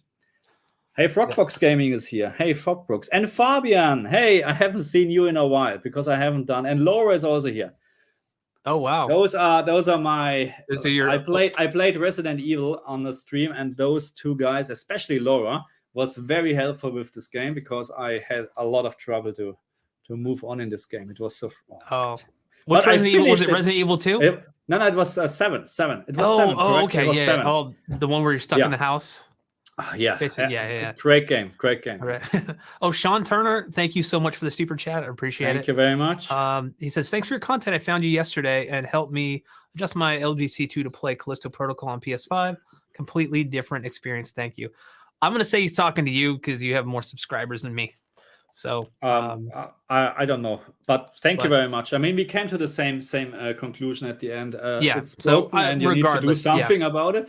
And with the fine-tune dark area setting, and this is actually, guys, what I recommend, always try the fine-tune dark area setting over the brightness setting, because the fine-tune dark area setting, when we're talking about our HDR signal, the fine-tune dark area setting are really just changing the last bit from the signal.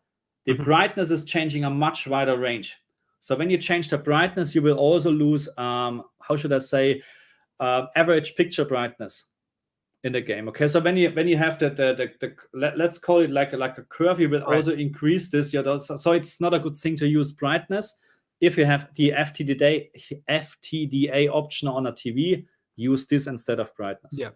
What would you say if you don't have, like, instead of the fine tune dark areas, you had the black level adjust within the game, like the game optimizer? I think that in order to get the FTTD, do you know what I'm talking about? The black level, whatever? Correct. To be honest, I never tried it. I never compared it with the FTDA. I need to be very honest here, because the FTDA is just a very... so you have the same problem with the black level optimizer. You need to find the right setting. You can't just decrease it or increase it, because it will be wrong or right. You know, it's the same issue. But the fine-tune dark area setting, I really measured this. I'm not sure if I made a video about this, but it really just touches the IRE up to 5 or whatever, maybe a little bit more than 5. You know, and that's it. And that's all what you need, actually. That's exactly what you need. You don't want to touch anything else, because the rest is fine from the picture. Yeah. It's really just this elevated black levels. I'm actually going to try that. I have the because I have an older receiver, I have most of the time I have my consoles going into the directly to the receiver, so I'm not able to take advantage of any HDMI because of 2.1 your stuff. sound. Yeah. Right. So what I end up doing is I just have the console set to 60. Otherwise, I drop down to 1080p at 120, which isn't what I want. And so the only thing that I have access to in the game optimizer is the black level optimizer thing or whatever. So I'll give that a shot. I'll kind of compare the two, and then maybe we can compare our notes as well. There's also a white stabilizer, whatever you call it. I mean, maybe it's helpful for something, but you can destroy also your picture, of course. But it's the same with find in dark area setting. If you do too much or too less, then yeah, exactly. Moving on here, Naxor asks, could it be that developers are using uncalibrated monitors with incorrect gamma black level? To be honest, if you're a designer, whatever you call this position, if you work on an uncalibrated monitor, then something is terrible wrong. Yeah, really, that's my opinion. I worked for calibration, or I calibrated monitors 10-15 years ago, SDR monitors for broadcast studios for German television, and they're very, very how should I say, looking for quality, because then they need to know how the picture looks like, what the people see on the TV. And even back then, 10-15 years, the standard picture setting on a TV were just blah, nowadays when you go and you put this to standard or whatever, you have almost a perfect calibrated picture, almost, of course. 10-15 years ago, it was just terrible, terrible. Yeah. But I hope they're not using uncalibrated monitors, and I hope actually they're working on OLED screens and not on LCD or IPS because of the black level, because you can't see any details in dark areas on an IPS screen. No one can tell me this. Yeah. Because it's just too elevated in general, that the picture or the brightness before you see actually details. So yeah, I've worked in a couple of let's say production houses. We'll just call them that, because that's kind of what they were. But the amount of people, like editors, like and stuff like that, video editors, typically were not using calibrated monitors, which was boggling to me. The only people that really focused on the calibrated monitors were the guys that were doing all the color correction and stuff, which makes sense. But at the same time, you have these editors making small adjustments to overall exposure when they're editing most of the time. And how are they going to know what is right? I mean, you can go by the scopes, like you can look at the vector scope and the I can't think of the graph, the luminance and all that stuff. But like, eventually they know it's going to get to a colorist that's going to fine tune all that stuff anyway. So they don't really concern about it. They're just more trying to, like, if something was shot at 10 a.m. in the day and then something was shot at 3 p.m., then they're going to try to match that lighting if the lighting changed a little bit, if it's two different shots. But I don't know about video game, the whole video, like, because typically a lot of these studios have a ton of people, right? So absolutely, but I think that's part of the problem, because we are not on this stage that I wouldn't say picture quality, but I don't know what the right term is for that. Picture quality in general, of course, matters, but not in this extent to compared to movies. Yeah, because still not enough people complaining. You know what I mean? So and if just small YouTube channels like we are complaining, no one cares anyway. So that means it's a hint for you guys to subscribe. Actually, right. There you go. No, I'm serious. I mean, no one is listening, but as soon you reach a certain amount of subscribers level, suddenly they're listening to you because you have a wide fan base. I mean, it makes sense, of course. It makes sense. Right. And this stuff needs to be out there, but like this stuff needs to be complained about more, because I don't think a lot of people are as vocal. It needs representation, because it just needs to get fixed. Issues don't get fixed if nobody complains, and that's kind of. I don't know if you watched or followed my complaint, or how should I say, my series about Horizon Forbidden West. What I've done from patch 1004 to patch 1018. I don't even know if they're There was no patch after 1.0.18, I think. And I made for every single patch what they brought out a video, and I received a lot of hate and a lot of love from both sides, you know, because some people said, hey, there's no problem in the game at all, and other people said, oh, there is a big problem. And I saw it with my own eyes. This was not a PlayStation 5 worthy game. Before patch 1.17, I think it was. 1.17 was the patch what fixed actually the performance mode in Horizon Forbidden West. And I made really so many videos about this and always compared, but I know I was not part of the solution because no one actually from the developer was watching my YouTube channel. But there was so many comments on Reddit actually that the developer had to do something because people complained about it, and especially people with high-end TVs, because they showed the problem really significantly. If you're just playing a 14-inch screen or whatever with you know what I mean, on an LCD screen and very cheap one, sorry to say that, then most likely you will not notice it. It's true. Display quality absolutely matters. And size matters as well. Display size. Let's see. Oh, Sean gave us another super chat. Thank you so much, Sean. Thank you very much again. You didn't have to do that again, but we appreciate it. Thank you. Says, I saw GamingTech first. I have a new AVR. Brad, you cover that again. Very helpful. Thank you both. I actually do cover that. Shoot me an email over on my channel. Go to the About page. We'll talk about it. Yeah, I'm in the market for a new AVR at some point. I got some prospects that I might be able to test some out long term and do a bunch of videos on differences in audio stuff. Hopefully, really hopeful I get an HDMI 2.1 compatible one, so I don't have to keep unhooking. You just have to buy one. You did, yeah, that's true. That's true. I actually have a couple. So easy to say. I know. Instead of buying a 4090, you should buy because with your home theater setup and you know, sound, it makes more sense than having a 4090. Yeah.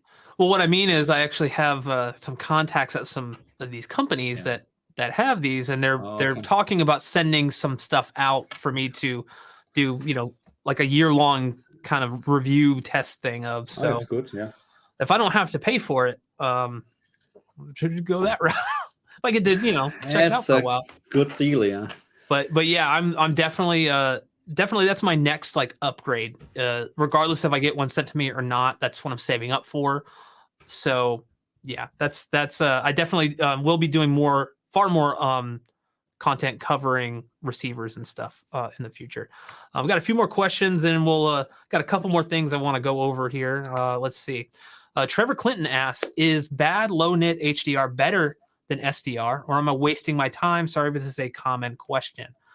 So I think what he's talking about is maybe even, I think he's talking about 90% of the PC monitors out there.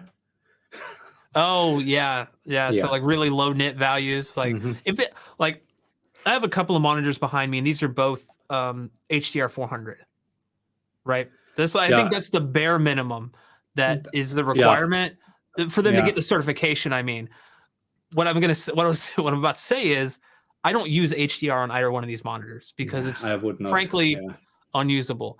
It's now granted, these monitors get super bright in SDR. They hit about 350 in SDR. But the dynamic range just is not there. They don't they have no dimming, like no local dimming whatsoever. So the raised blacks, not the raised blacks, but just the overall black level is high already on them. They are fairly color accurate. Actually, the BenQ back here behind me is fairly color accurate out of the box, but black level wise, it's not. That's all I'm gonna say. Yeah, I don't think it's worth using that. I would just stick with SDR if that's the case. My opinion, of course. That's exactly what I'm telling people always in my videos.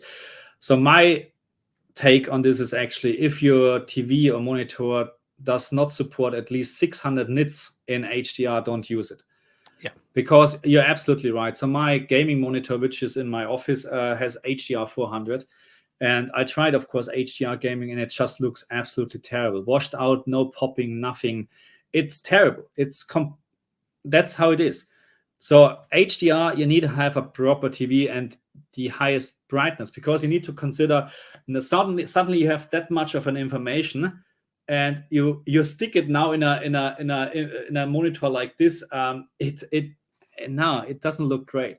Yeah. And still we are not on the level, actually, even with TVs like the G2 S95B or whatever. We are not on a level where HDR really can shine. We need much brighter TVs, much brighter TVs. And I know I was very skeptical in the beginning, and I need to tell you this. My first HDR experience was actually with the CX. I never had a HDR TV before, and I didn't like it in the beginning at all because it was too bright. Too bright. It was like, oh my god, you can't play like this, you know. Yeah. But of course, it was with dynamic tone mapping on, and of course, that's probably not the best case for all the games. But anyway, I turned it off actually. But then I got into this. Because PlayStation 5 was released, PlayStation 4 supported also HDR. I got into this and I said, hey, actually, this is kind of cool. And but we're waiting for actually 10,000 nits TVs, maybe in 5 years or whatever, or micro LED, mini LED, I think is the right for the new ones. Could be. Yeah, we'll get there eventually. We get there. And I think when people kind of see these really high nit values, they go, "Oh, why would you need that much?" And it's not about full screen brightness at all, right? It's all about the specular highlights. So correct. Yeah. When you have like a reflection on a car in the sunlight, it's super bright, you know, if the sun's beaming directly down on it. And that's what we're talking about is with specular highlights. It's really they really make the picture pop and kind of trick our eyes in a way, right? In thinking that this, holy crap, this is like, especially you got to think we're not outside, we're not outdoors, we're in a light controlled most of the time space where we might have some lights on, but it's still really bright. But yeah, just having that, it's all about having that range from like 0 to like really high. And movies and stuff aren't even, a lot of movies are still being mastered in 1,000 nits or 2,000 nits or 4,000. They're not even going up, which is okay right now because the TVs I can't take anymore. So I mean that's fine, you know. Yeah, we're not there yet, but we'll get there. Yeah. Let's see. Did Samsung ever fix their HDR bug?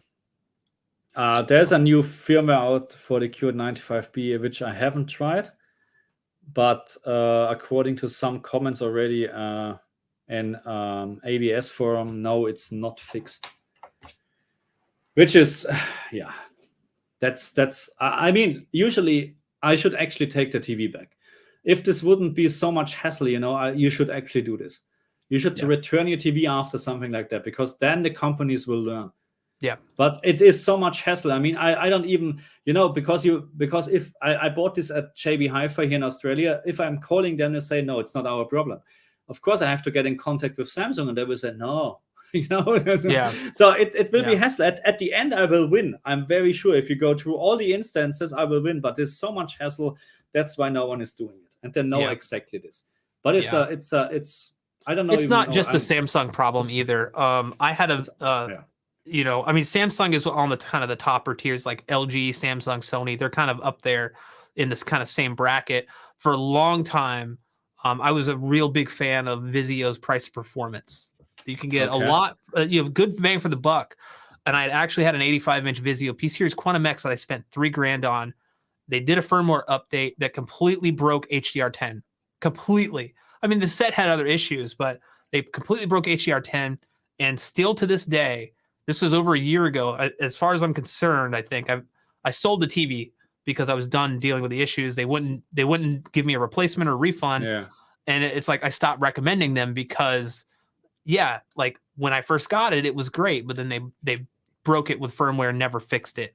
Or if they did, they took over a year to fix it, which is just unacceptable to have a TV that's like their top of the line to go. So but that just goes to show you that like there are issues all over. Like it's not just, a single brand, but like for someone like Samsung, one of their flagship displays, right, to kind of not really do any big quality control just is very, very crazy. See you, Fabian. See you, Laura. They have to go. Maybe back. Oh, bye, guys. Bye, guys. Bye. Thanks for joining. Let's see. We got to answer a few more. I mean, the questions keep coming. We'll answer a couple more. We'll kind of talk over everything else in the that we have on the notes here, and then go back to Yeah. the questions before we wrap everything up. So PowerUp62 asks, why do people always talk about PC mode? I think he's probably referring to LG sets in particular. I've set it to PC gaming, but it seems a bit blurrier than regular gaming mode. I personally have switched back and forth. Honestly, I mean, the big thing with switching over to PC mode on LG, right, is the 444 chroma.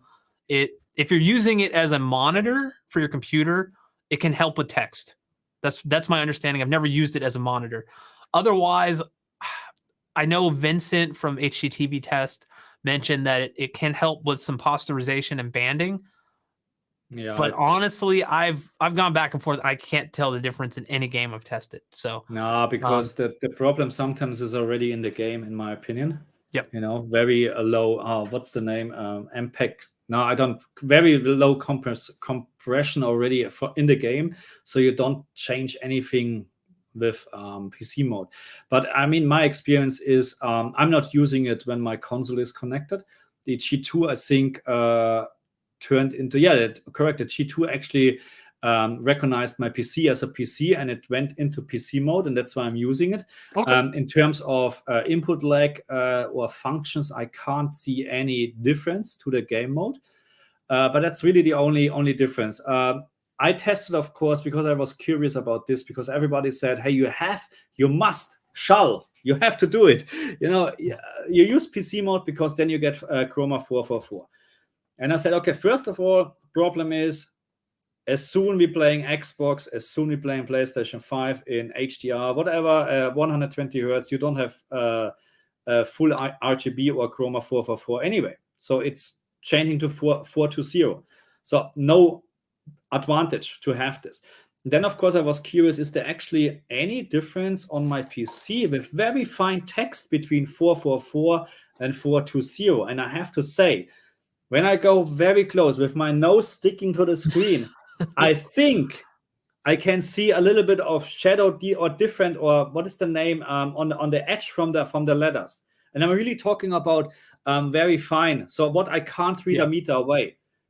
You know, so I really think there is a little bit of a difference between 444 and 422, and a little bit more difference, of course, between 444 and 420. But to be very honest, because we're talking about minimum 422 on the console, there's no point for me to actually do this trick for gaming, because you have these big letters in gaming. There's no way that you can see any difference. And everybody who is telling me this, they can see a difference between 444 and 422. I don't believe you. Sorry, I don't believe you. I have here high-end TVs, and I can't see the difference. I like to know what you are using, and you can see the difference. I really like to know it. But that's my take. Yeah. Like, again, like, I've not really been. I mean, I've tested it.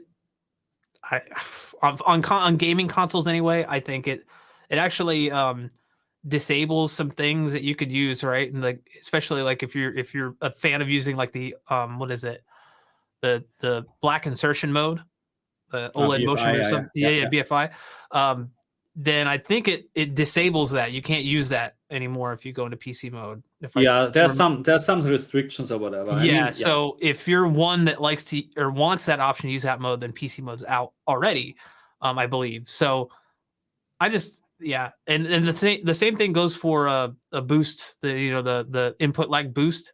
Yeah. We're talking about a 3 millisecond reduction in overall input lag by having that on boost. And I'm like, turn it on. Like, I've noticed a slightly like elevated gamma in the lower regions, but I'm like, are you going to be able to tell 3 milliseconds? No way. Yeah. No, I mean, it's already really low. I mean, 12 milliseconds, I think, for the C1 versus 9. No way. So I have to say, so between 60 hertz on my desktop PC and 120 hertz, the difference between the input lag is, I think, then we're talking about 11 milliseconds versus 5-6 or whatever. On the G2, I can feel it with the mouse.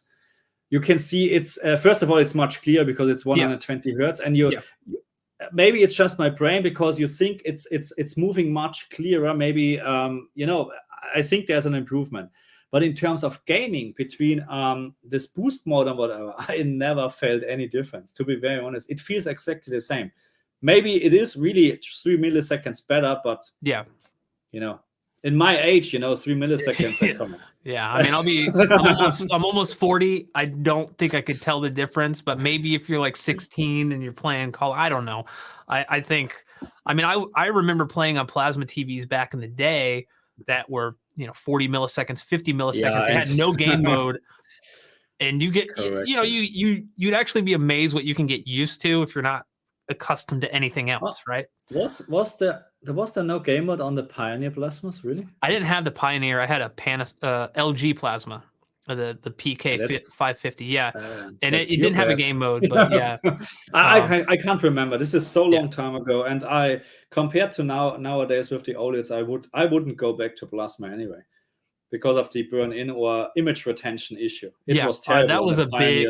It was terrible. Yeah, and what's funny is I get so many questions about LG, like OLEDs in general, about burn-in and stuff like that, and I'm always like, I've had a plasma for over 10 years and abused the heck out of that thing, and I would get image retention, don't get me wrong, all the time, but I never got burn-in over 10 years. I mean, yes, I varied my content, and that's what I always tell people. If you use it for a wide array of things, you're probably never going to have to worry about an issue. No, on OLED for sure not. On plasma, I had the experience. So Pioneer was very, very bad with image retention. But I agree with you. Burn-in, I never experienced burn-in.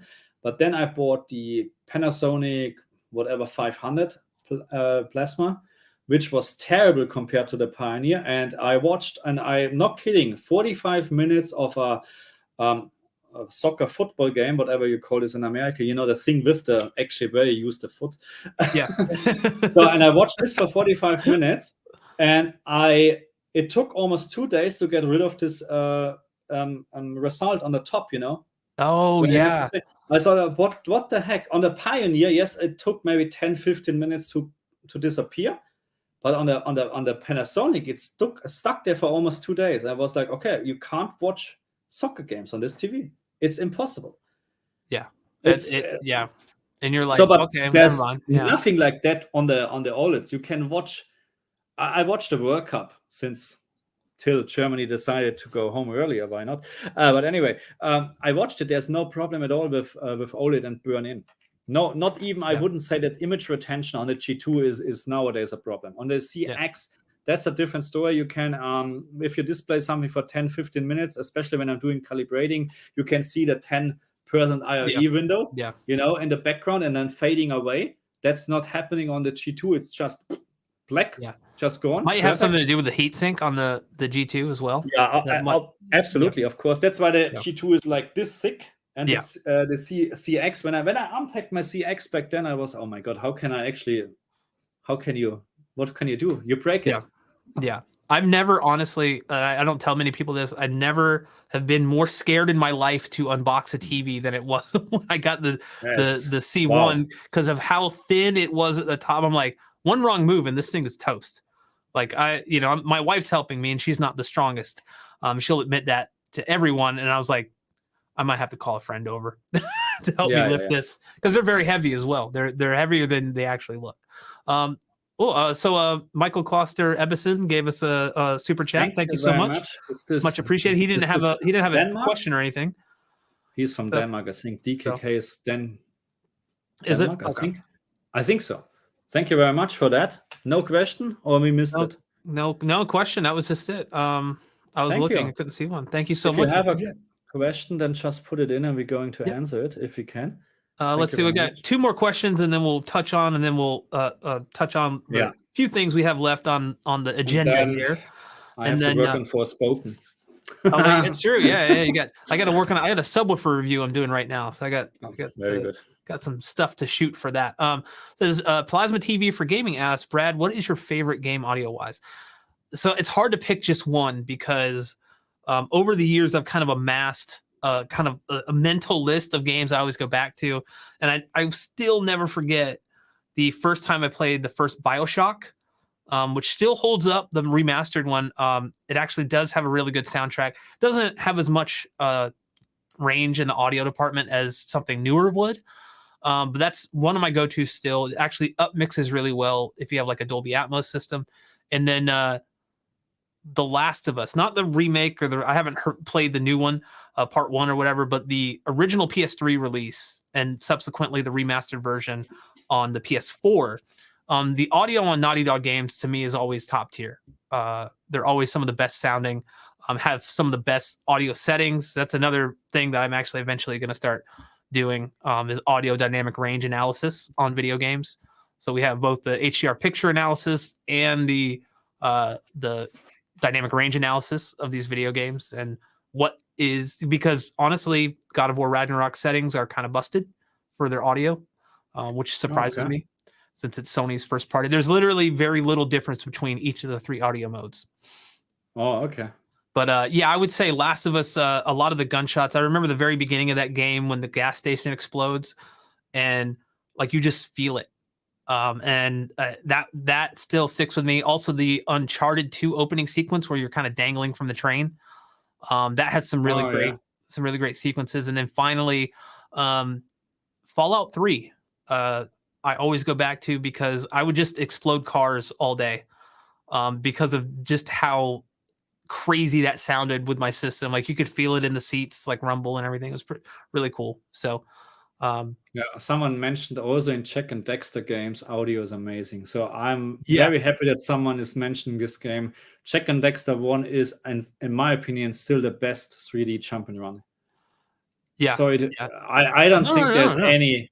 I think it was PlayStation 2 was the original, and I played this the very first time. I was in love. I'm still in love.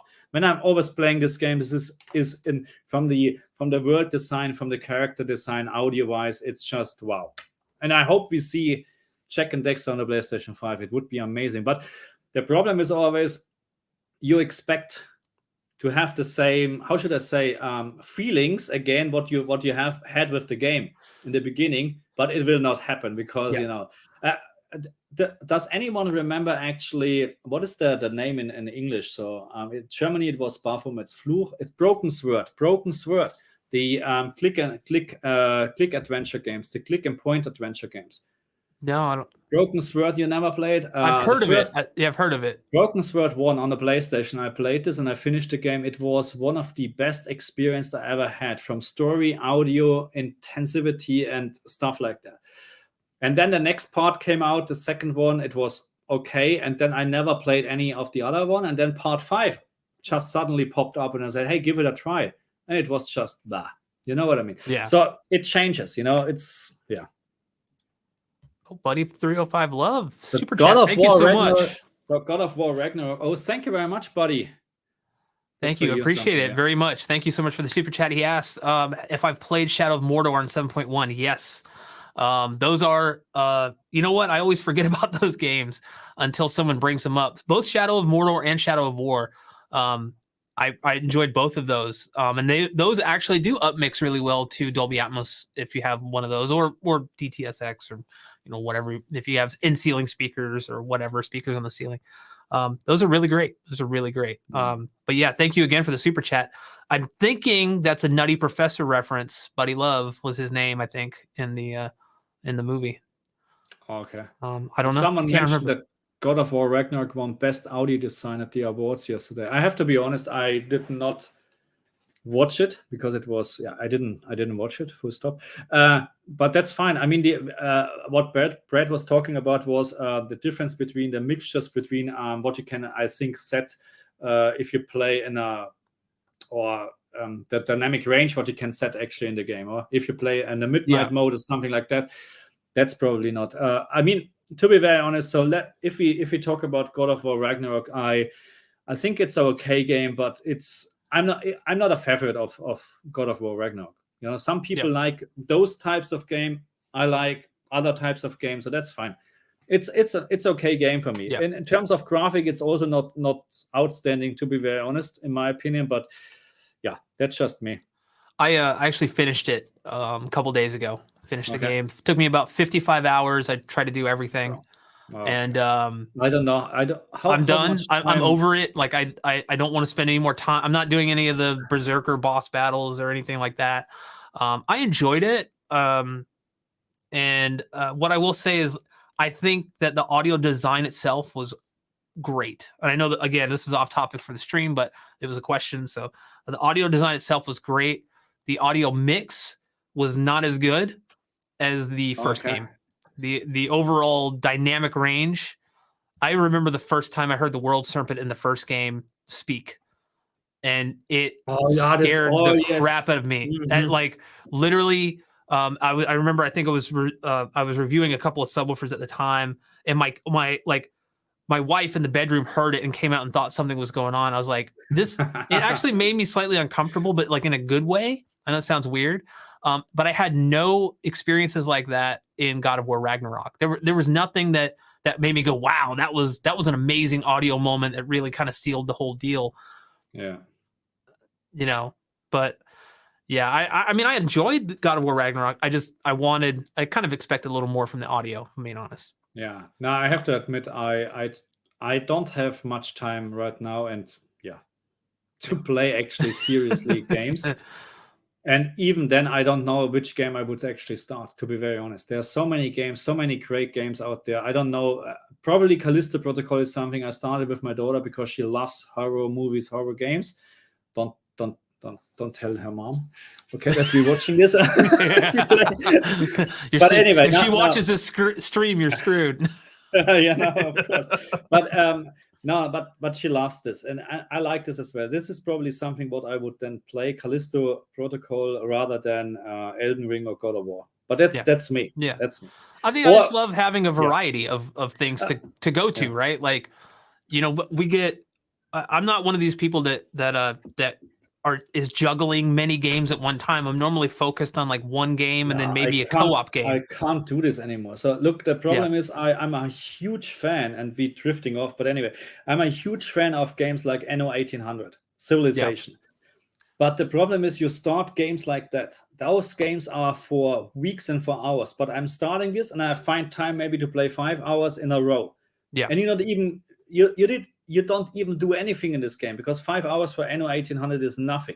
And then you don't have time for a week, and then you jump back in, you don't know what to do. So it's frustrating, actually. That's why I understand that developers are actually focusing more on very, what is the right name, actually? Straight games or linear games? Linear games, because people don't have that much time anymore. It's so busy, you know, with kids, with family and whatever. It's very, very hard. Then when you have a YouTube channel on the side and you like to do actually videos, of course I'm doing more videos than playing games. But anyway, that free time goes from here, it slowly starts to shrink, right? Like, correct. I love having, like I said, a variety. So something that's more linear, like the Callisto Protocol, I don't think is necessarily a bad thing. I think everyone.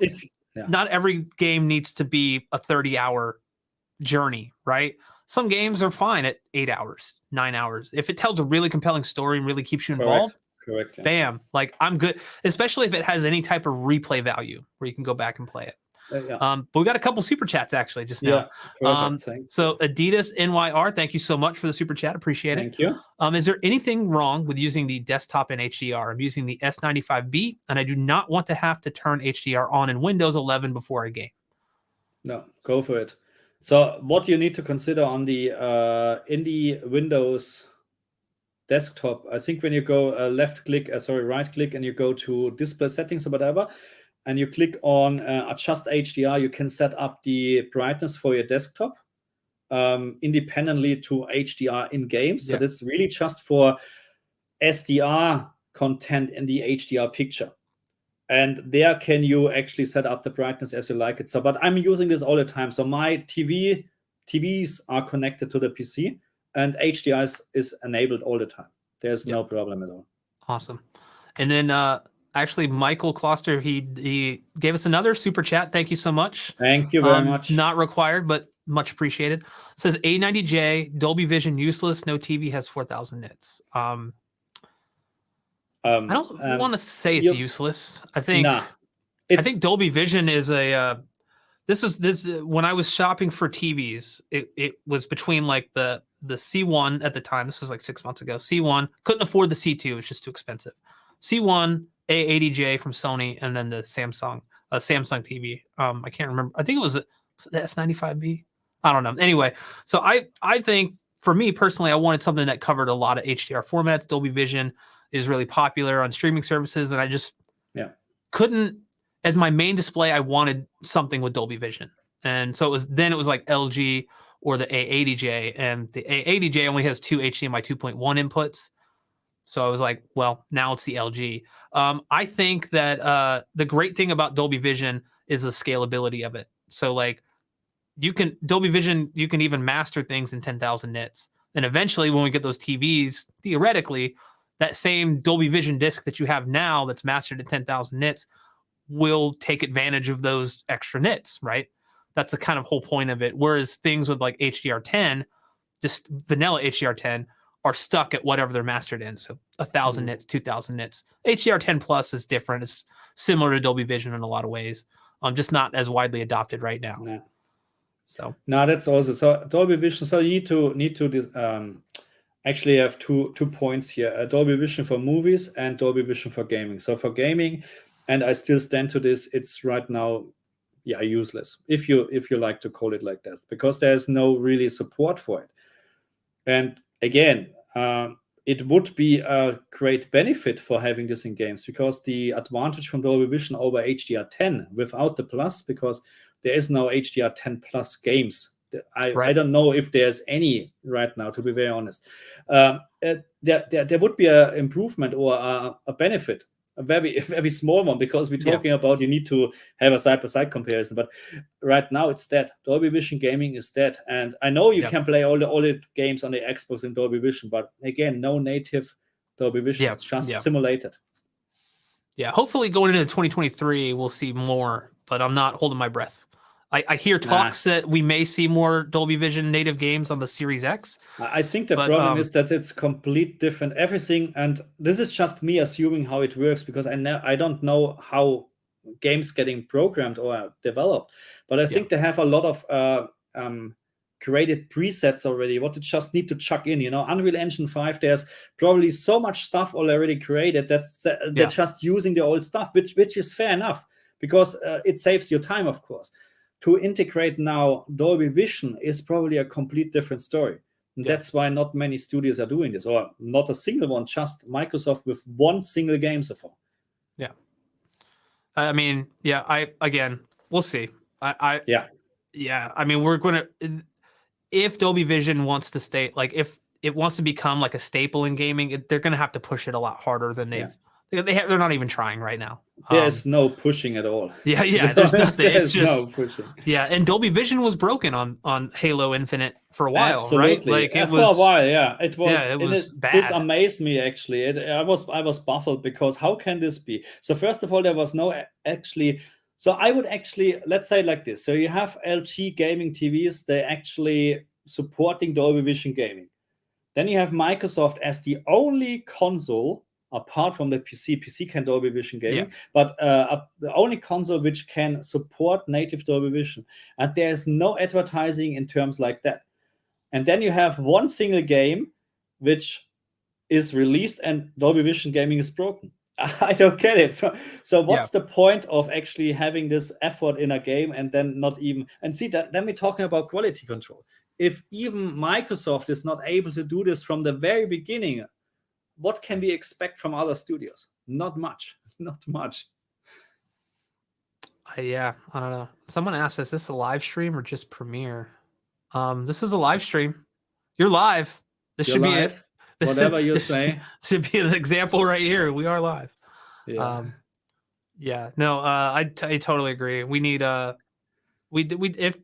honestly, like right now with the way TVs handle Dolby Vision and the nits on, and the candle is on most TVs, are the difference is minor. The biggest push for Dolby Vision, and I mean in gaming that's not really that big of a deal, but in movies it can make a difference more pronounced than in a game. But here in gaming, let's say for an example, because the problem is really with HDR10, you set it to one level. And then it uses the whole level. But as I understand Dolby Vision, it's dynamically. So first of all, you can have an outdoor scene which focus on bright elements. That means you actually don't show so much darker areas. You just focus on the bright stuff. But then you go into an indoor scene, and if you would now compare this scene on HDR10 and Dolby Vision, on Dolby Vision you are able, if they're doing this, you can lift up the whole average brightness to actually see details.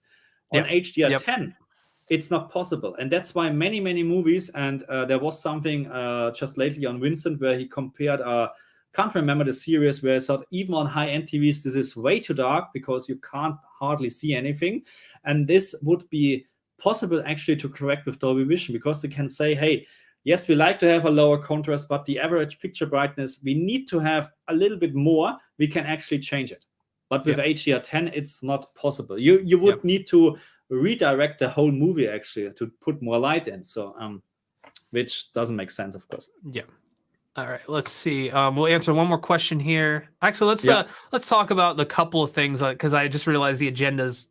The last two things are answer questions. Agendas. Yeah, so we're not really going off that, but we talked a little bit earlier about forcing limited range, and Marcus, you and I have talked about this, because you're limiting more than just you're doing more than just making the darker appearance or darker areas dark, right? You're literally you're affecting the highlights, and you've actually made a couple videos about that. Can you kind of expand on that a little bit in here? Yeah. So what I found is with testing, and I can reproduce this on any game with very bright specular highlights. As soon you force your TV, okay, and again, this just works with the PlayStation 5 or PC, when you output RGB full signal. Okay, so we need to understand a couple of things. As soon you display or you deliver a YCBCR signal, it doesn't work anymore, because YCBCR is always in limited. And this is even more confusing, because people think with RGB full, I have actually more information than with RGB limited. In theory, yes, but it's very hard to actually see differences. In a side-by-side comparison, probably not even you need to measure this stuff. Because RGB already, or SDR, where RGB is used, is already a little bit of compressed stuff anyway. Anyway, so it just works on PlayStation and PC with RGB full signal. And what is happening then is when you force your TV to limited, you have this signal, let's say like this, and then you force your TV to limited, you crush both ends, the high and the low end. Okay, you just take information away. So you're still receiving this information, but it's not displayed by the TV anymore. It's just gone. And that's the problem with specular highlights then, because the additional information what you have to show details and stuff like that is just completely gone. And that's what I showed in my video. And I know it's very hard actually to record something off the screen from HDR with very high brightness with my camera, because even it's not a bad camera, but the dynamic range is not as good as you need it actually to show the fine details what I can see with my eyes. And it's very clear for me that this is not an option for me, because I like to have fine details in specular highlights. But, and this is also what I mentioned, I think in my video, if you just play the game, you will probably never notice a difference, but because you're focusing on other stuff than specular highlights. Yeah. So it is a solution, yes, to avoid this black level, elevated black levels, but it will also add more problems to it. And the next thing is what I said with the forcing limited on the TV, you don't know if you're now actually exactly on the right level, what you need in terms of black level, or maybe you're crushing blacks now, or you still have black level rays, and so on and so on. If and this is something what is not confirmed by any, how should I say, a person that actually know what they're talking about, like HDR master calibrators, SDR master calibrator, whatever. If we're talking about a mismatch between SDR black level range and HDR black level range, then yes, it would be a perfect solution, because then you fix this issue. But again, then you have the problem of these specular highlights. But I think in cases like Callisto Protocol, it's the less problem to have issues with specular highlights. The problem is really with the elevated black levels. Gotcha. Yeah. Gotcha. Yeah. I mean, that, yeah, I think again, it's you're kind of putting a Band-Aid on the overall problem when it shouldn't be a problem. in the first place. So if a game is mastered and put out correctly, or I don't want to say mastered, but if a game is coded correctly, I guess, then yeah, this shouldn't be an issue. And the whole reason for the live stream is again, Marcus and I were talking about this, is like, yeah, like we make these videos to help you guys get the best out of these games. But at the end of the day, for me at least, I would love it to where we can kind of, there's no more popping in a disc or just starting a game up and playing it. We have to adjust all these settings. And when you go to the internet, it's almost like there's this massive amount of information out there, and you kind of have to sift through all of it, right? Which is why, you know, Marcus's videos are so popular. I mean, I did a God of War Ragnarok settings video, and that like kind of blew up in terms of like my channel. I don't really do a lot of gaming content. I'm starting to, but it surprised me. But then I realized so many people need these, like, are looking for these videos because it's kind of just all over the place with HDR, right? Yeah. It's a mess. That's again why we're here, and we love helping you guys. Don't, you know, that is one thing that I won't stop doing, and that's the reason I do it. And I make videos is to help you get the best out of the stuff that you have. But it makes it hard when every game that comes out seems to have some type of issue with HDR. You know, again, so, it's good content, easy to make content on, but hopefully one day. Now, and I'd like to mention this. I hope that people that are watching, they understand actually how much work is behind those videos, because you just see a 8-10 minutes video, but the testing what I'm doing in the background, you have no idea, to make sure actually the settings are correct. And I'm testing this on both TVs, and many people are asking me, what's about the QN95B? QN95B right now, HDR is broken. I'm not even touching it. There's no point to do anything. The same with S95B. I don't have this TV. So to recommend a proper setting for this TV, I have done this in a couple of games where I'm certain, hey, there is nothing wrong with the black level ray, so I can recommend this setting, because the maximum peak brightness on the S95B is very similar to the G9 and A95K, so there's not much of a difference. So it should be fit your TV as well, but it's very hard to make a recommendation, because at the end we can measure all this stuff, but what counts at the end is what my eyes are telling me. If I like the picture, I like it, and that's why I have so many recommendations in terms of HGIG or dynamic tone mapping on, because in some games, even the game supports the system level calibration. I said, hey, I don't like HGIG in this game at all, because it's just way too dark. Yeah. It's so dark. I'm outside here. There's the sun shining, and it looks like completely dull. I don't like it. Use dynamic tone mapping on. And that's also one thing very, very, how should I say, important. Just because a game uses the HDR system level calibration on console, Xbox, or PC, PlayStation 5, wherever, you don't need to use HGIG. There's not a single HGIG compliant game out there. That's not the case. All what the games are doing is relying on the settings in the Xbox and displaying or supporting or noting how much nits they can deliver. That's all what they're doing. What you use on your TV has nothing to do with what you set up your console and stuff like that. But of course, you must set up your console or the PC with HGIG enabled. Otherwise, you have complete wrong settings. Yeah, that's a problem. But later on, you can change it to dynamic tone mapping on, off, whatever you like. Perfect. Yeah, I mean, I totally like. Yeah, you hit the nail on the head in that you need to calibrate that with HGIG on, but then, you know, again, there's no. I think at the end of the day, it just depends on like, if what you're after is an extremely accurate picture, then you have to make a decision, you know? But if you want something that pops, like, you know, I think in your original God of War 2018 video, you recommend dynamic tone mapping on, because HGIG just looks too dull. And I remember watching your video, like, I agree 100%. I'm outside here, and it looks like it's just, I'm like, what is going on? Turning on dynamic tone mapping fixed it.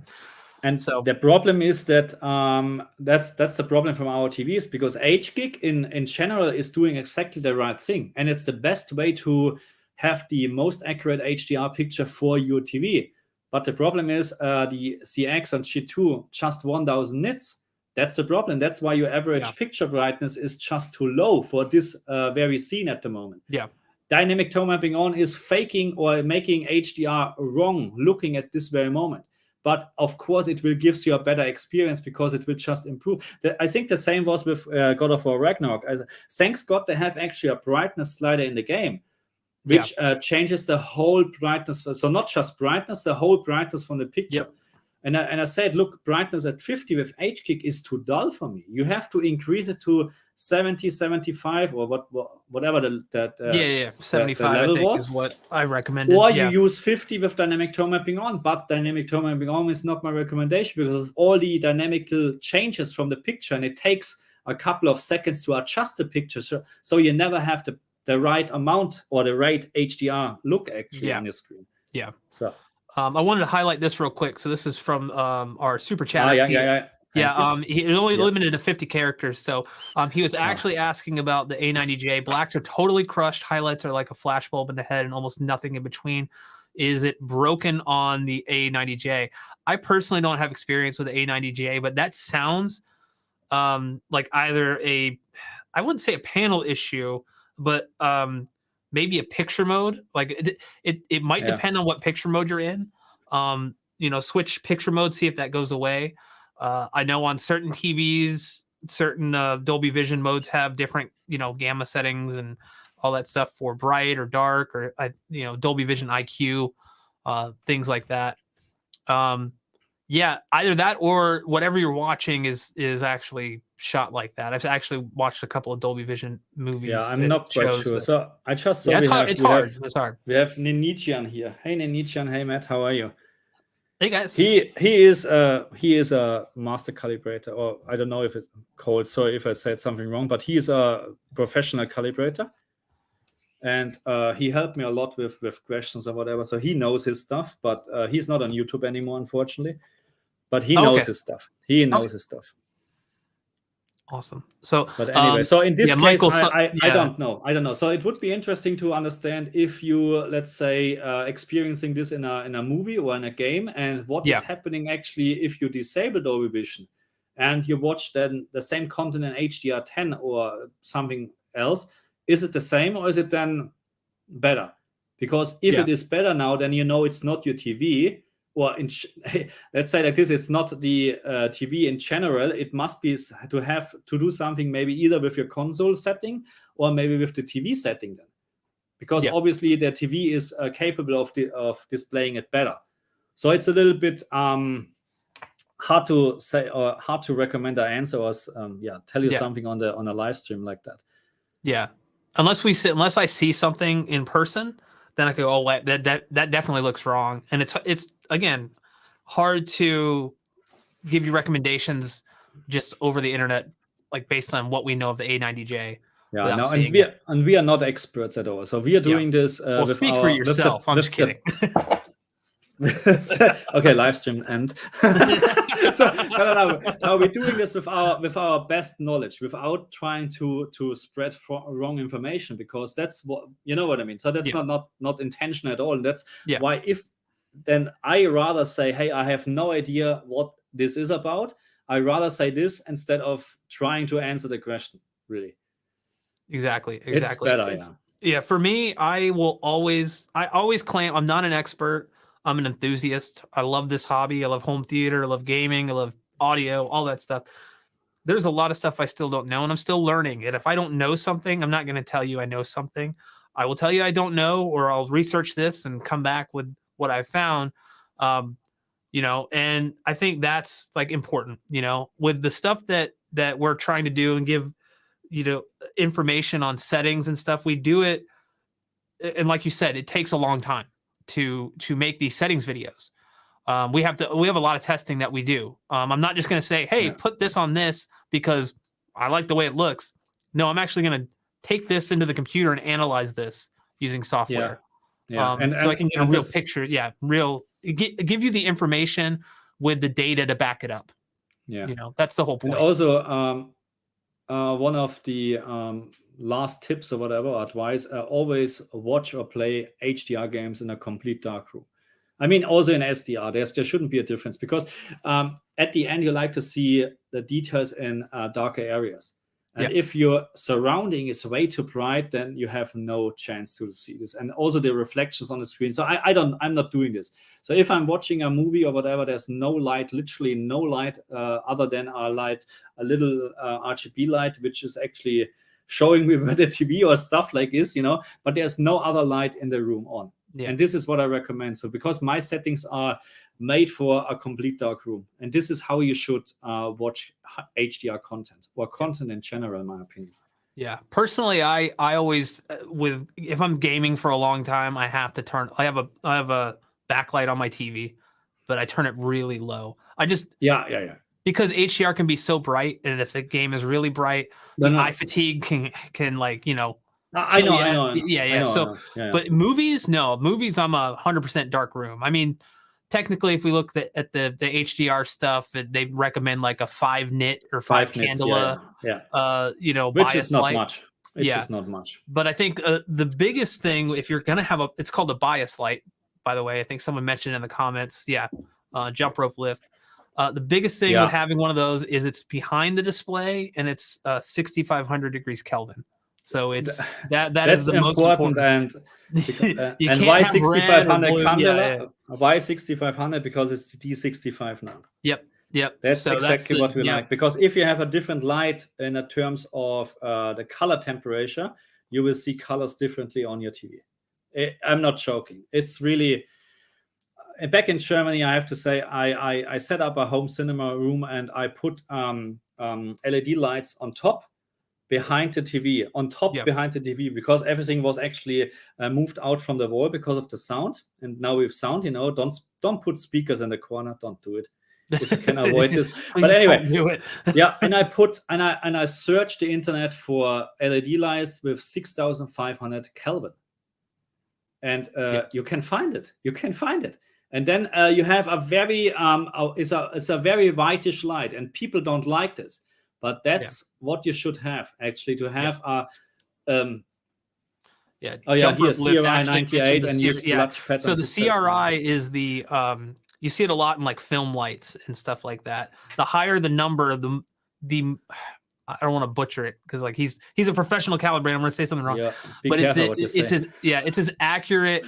Like the higher that number, the more accurate the light color temperature is. Yeah. So like some lights might be variable. So like if they may be rated at say 6,500, but if they have a low CRI, they might actually be 6,100 or 6,200. So that's all I want to say about that. Quoting Forrest Gump here. So anything else you want to talk about before we answer these final questions here, Marcus? Do we have anything else? Fake HDR games, SDR and HDR container. I think we kind of briefly mentioned that earlier, but we can. I mean there are not many of them, fake HDR, but because when we're really talking about fake HDR, I'm talking about having limited peak brightness. The last game, what I remember, was this Final Fantasy clone, Stranger's Paradise. Was this something? Well, there was just Final Fantasy, and everybody thought, it's a Final Fantasy game, but it's absolutely trash actually. And it was fake HDR from the very beginning. I turned this on and said, what the hell is going on? And I measured 400 candela. And we have not many of them, to be very honest. So the most problem what we have is elevated black levels right now in HDR gaming, and that's a serious problem in my opinion. Absolutely. Now let's jump on questions, and then it's already 2 hour stream. Which great. Yeah, we flew by, man. Wow. Yeah. All right. So Ford 8484, I think he's still here. Asked GamingTech, what game overall do you think has the best HDR? It's kind of like, I feel like this is a question of like, what's the best audio in a game? It's kind of like, it's hard to pick, right? It's very hard to pick, but there are, I mean, look, I still like Cyberpunk HDR. I still like it because of the intensity what they have, and I know it's not even close to realism, but it doesn't matter because it's a game. It just has this punch, and I really enjoy gaming this game or playing this game in HDR. Then of course you have Horizon Forbidden West, which has the sunsets or whatever. It's always where I'm standing there and just looking at and watching the sun goes down. Great HDR. Then we have Ratchet & Clank, which has, in my opinion, when you set up your PlayStation 5 out of the box, the best HDR without changing anything. All the other games I mentioned, you have to change HDR settings, unfortunately. Ratchet and Clank is one of them, just like this, which is exactly what we like to have, but not what I like to have, because then I can't do a video about it. But no, those games, there are many more. God of War Ragnarok is also not too bad, but nothing outstanding at the moment. So if you like to have look at great HDR, then I would give Cyberpunk on the consoles a try. I think really it's something to show off. Yeah. Awesome. I'll second the Rift Apart. I need to play with the Cyberpunk settings a little more, because I don't think I've played. It's been a while. And then also someone mentioned the Spider-Man games, which I also enjoyed those as well. So yeah, Insomniac is pretty. I think both of those games do use the. I mean, Insomniac is one of the best developers. Yeah. Come on, they're upscaler in their games. Yeah, looks amazing. No doubt, yeah. You don't need 4K when you. I always look at this, when you could play Ratchet and Clank Rift Apart with ray tracing at 60 frames per second and it still look as good as it does, there's no excuse for games coming out to be limited to 30 frames per second. It's not limited to 60 FPS. You can have the performance mode. Right, yeah. It's running at 70, 80 FPS with visual quality I have never seen before. Yeah. I mean, of course, now your PC is much better. Yeah, here. That's the whole. I mean, when a graphics card is triple the price of a console, you would hope it would be better. Yeah, it should be. It should be better. Exactly.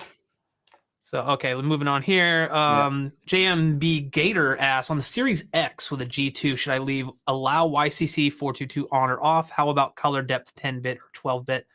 I personally have it turned off in 10-bit color. I don't know if you have any insight. I just found that. So I would tick it, because I have seen that otherwise the Xbox will output 420 instead of 422. I don't even understand. So the problem is, I think they try to avoid any problem in terms of bandwidth issues. Yeah. Because when you play HDR games in 120, then of course there's more bandwidth needed. So that's why there's no RGB or 444 chroma output anymore. So it has to go down, sample down, or whatever you call this. So I would tick it, this box, okay? So if your TV, of course, supports it, but there will be a quick test or whatever. You will figure it out. Yeah. In terms of color depth, 10 or 12-bit, leave it on 8. Because first of all, this setting, what you change right now, is just for SDR setting. As soon you play HDR, it will change to 10-bit anyway. And 12-bit, there's no point to have 12-bit output, because not a single panel in the world supports 12-bit. Okay? So, and that's it. And all the games are mastered in either 8-bit or 10-bit, depends on SDR, HDR, whatever. So leave it as it is on 8-bit at the moment, because this is the value for SDR, and SDR is always 8-bit. Yeah. All right. Cool. Yeah. That was very informative. Thank you, sir. Thank you. I don't know if this is a question. I don't speak German, so. Yeah. Okay. Hey, Markus, da gibt man viel Geld aus. Let me just read this. Sure. Okay. So what he's actually saying, and he's correct.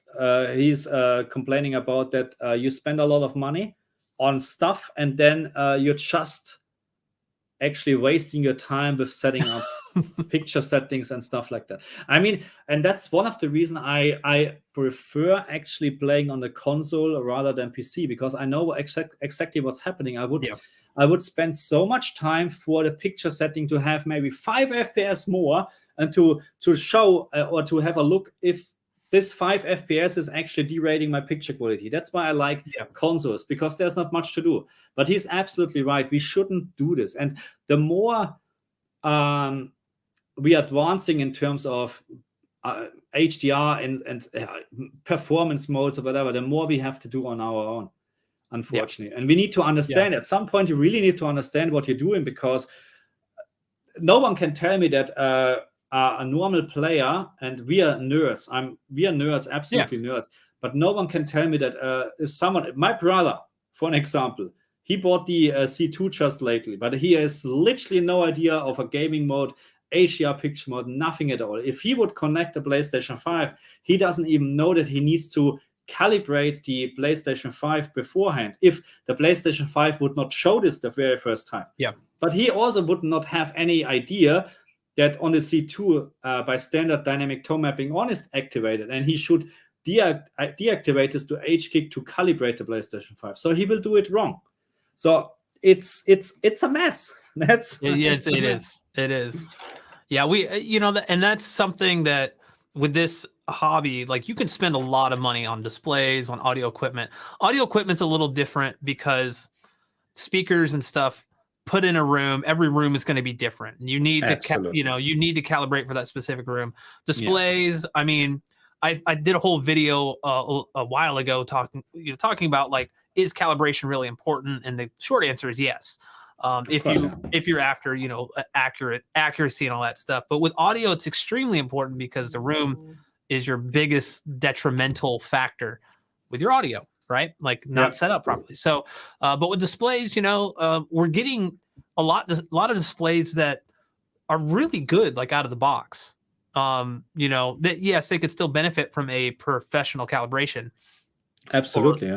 But a lot of people, like, gone are the days. I remember buying a set back in 2005, 2006 that just absolutely needed a calibration, like out of the box. It was absolutely awful. It was mandatory. Nothing accurate. It was mandatory. Yeah, it was. And now, like, we're getting to a point where, maybe you can live with it. I mean, a couple of displays that I have that aren't the main display that I use aren't calibrated. I mean, they're basic calibrated, brightness and contrast and stuff and backlight, but yeah, I'm not gonna spend 6 hours calibrating them. No, I mean, it's very simple. If you like to have the best experience, you must calibrate your displays. Yep. That's how it is, and that's why we call it actually hobby, because you like to spend money on your hobby. And if you buy and that's my opinion, if you buy, like, let's say, a A95K, which is a very expensive, great TV, you should spend, I don't know what the price is, $250, $500 for a calibration as well. Yeah, that's my opinion, because you buy already the best TV on the market, or one of the best TVs on the market. You like to have the best picture as well. And out of the box, you never have the best picture, full stop. Even they're trying so hard, but it's not possible. Yeah. It's close, but yeah.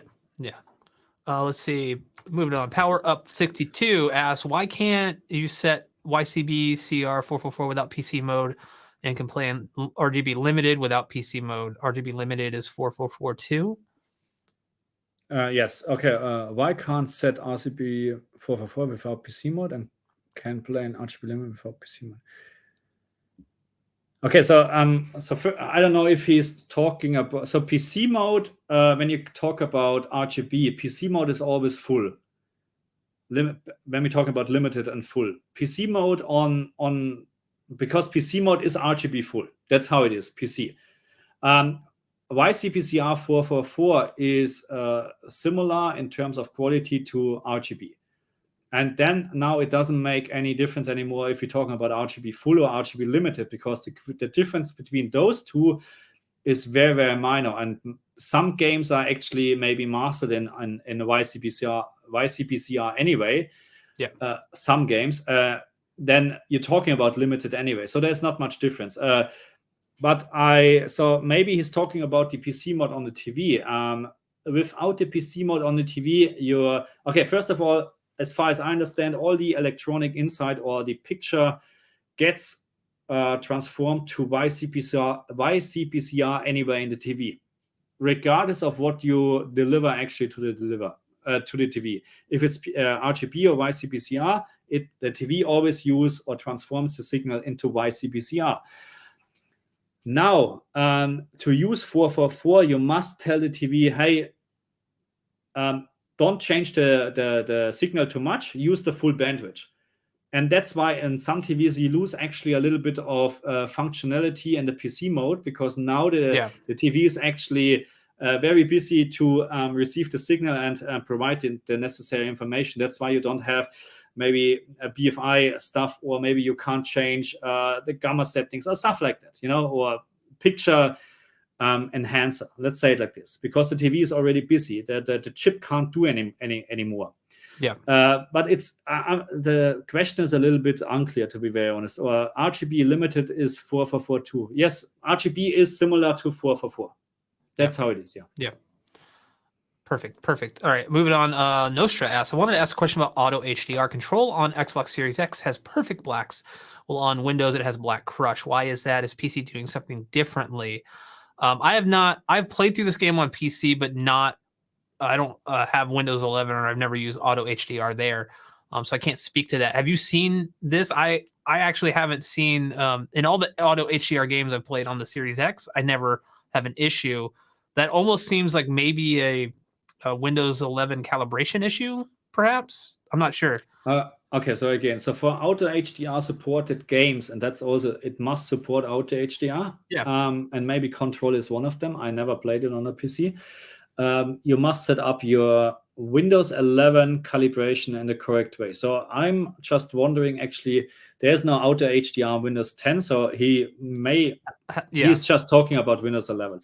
But if this is not set up in the correct way, then you will experience, I wouldn't say wrong HDR, because it's just auto HDR, but you have wrong HDR then, okay? Yeah. It's not being mapped correctly. Yeah, so maybe that's also a problem with setting on your TV then. I don't know if your maybe Xbox, PlayStation, whatever is outputting a different signal, like limited full or whatever, than your PC.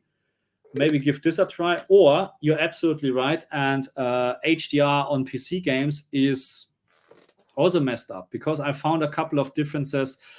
Let's for this example, Grounded, which is a great a survival game. On the Xbox, you have HDR10 Dolby Vision support, not native Dolby Vision support. On the PC, there's no HDR at all. Not a single support for HDR. It's Microsoft. I don't understand. The same for Halo, the Master Chief Edition. A really great HDR on the Xbox, no HDR at all on the PC. So you can see the PC is not very well loved when it comes to HDR at all. So even less than consoles. Yeah. So I would not. Maybe there is really a problem then with auto HDR in this particular game. Yes, maybe. Could very well be. Yeah, I've never had a good. I'm still on Windows 10, but I've never had a great HDR experience in Windows 10 when hooked up directly to my TV. Just getting into HDR on PC, because I knew when I started back then it was a big mess, and I just I don't have the time to focus on this. Let's focus on consoles for now, but I'm trying to get into more. But the more I dig into this, the more, oh my goodness. There's a lot. You got a lot of videos to make coming up. That's good. Good. Yeah. Right. All right. Deadbeat Casanova asks, are QD OLEDs the future? Could be. I don't know. I think mini LED provided. Yeah. Is it mini LED or micro LED? We went over this earlier. I think it's mini LED. Yeah. Let's just say there's always going to be some new technology or some kind of up and coming technology on the forefront that everyone's going to be talking about. And it's either going to be amazing, or it's going to come out and it's going to have a bunch of issues, and they're going to go back to the drawing board. And so in terms of HDR, yes, it is an improvement, but not the future, I would say, because we're still not on the level where we like to have the HDR brightness. Yeah. And mini LED can deliver much higher brightness. It's just a question about the color accuracy, which I have no idea how good they are actually. Yeah, true. And also, I think something worth mentioning is they're always chasing, especially now with the whole like energy requirements. Oh yeah. They're always chasing how to make displays more energy efficient. So let's say mini LED, well, it may share a lot of similarities in certain aspects to OLEDs, is like, I mean, I'm just throwing out numbers here. Let's say it's, 40% more efficient. That's I'm not basing that on anything. I'm just throwing that out as an example. Then they're going to kind of push towards that, especially if like energy requirements keep getting, they're like banning certain TVs in Europe and stuff because it's ridiculous. We don't have anything better to do than talking about consumption on TVs. Right. Now, seriously, this is crazy. This is just a bunch of old people probably. They have too much time and they're deciding crap. It's crap in my opinion. Sorry to get a little bit there's so many problems right now in Europe, and they're talking about stuff like that in the background. I know it's different departments, of course, but right. come on, guys, give us a break, really. Yeah, that's ridiculous. But let's see. Okay, we have 3 more questions left. It looks like. Okay. Ford 84, isn't PC gaming HDR parallel to console now, or still shittier? I mean, we kind of just talked about this for a second. It's kind of from my personal perspective, it's even more of a mess in a lot of aspects than console gaming, because not only do you have HDR on top of your Windows stuff, but game settings in general, and we've actually seen. I think one of the channels, one of the big tech channels, Jay's 2 Cents, actually did a thing about how HDR gaming actually impacts performance in certain games. I don't want to say all games, but a few games that he tested actually saw a decrease in performance overall just by enabling HDR. These are older, so I don't know how that's going to bode for the future, but there shouldn't be I think that I wouldn't think so. I thought he was full of it until he did a video about it, and then I was like, okay. So that was surprising to me, and it was stuff like Battlefield, some of the Battlefield games with their HDR. It might be an engine issue as well, like depending on how the engine's built and coded for HDR, that could have an impact, I suppose. But but it shouldn't. But anyway, that's interesting. I agree. But in general, it can be, it should be on the same level, which is not a good level at the moment. Right. But no, it's not a high. We need to speak honestly. It's just crap what we've seen lately. I hope it's getting better, but anyway. Yeah. Last 2 questions here. Gangs08 asks, what can we expect from Dolby Vision gaming on the PS5? As of right now, nothing. Not much. There's 0 Dolby Vision support. 0 Dolby Vision support on not supported, or Dolby Atmos. But so, I'm not quite sure. Was it time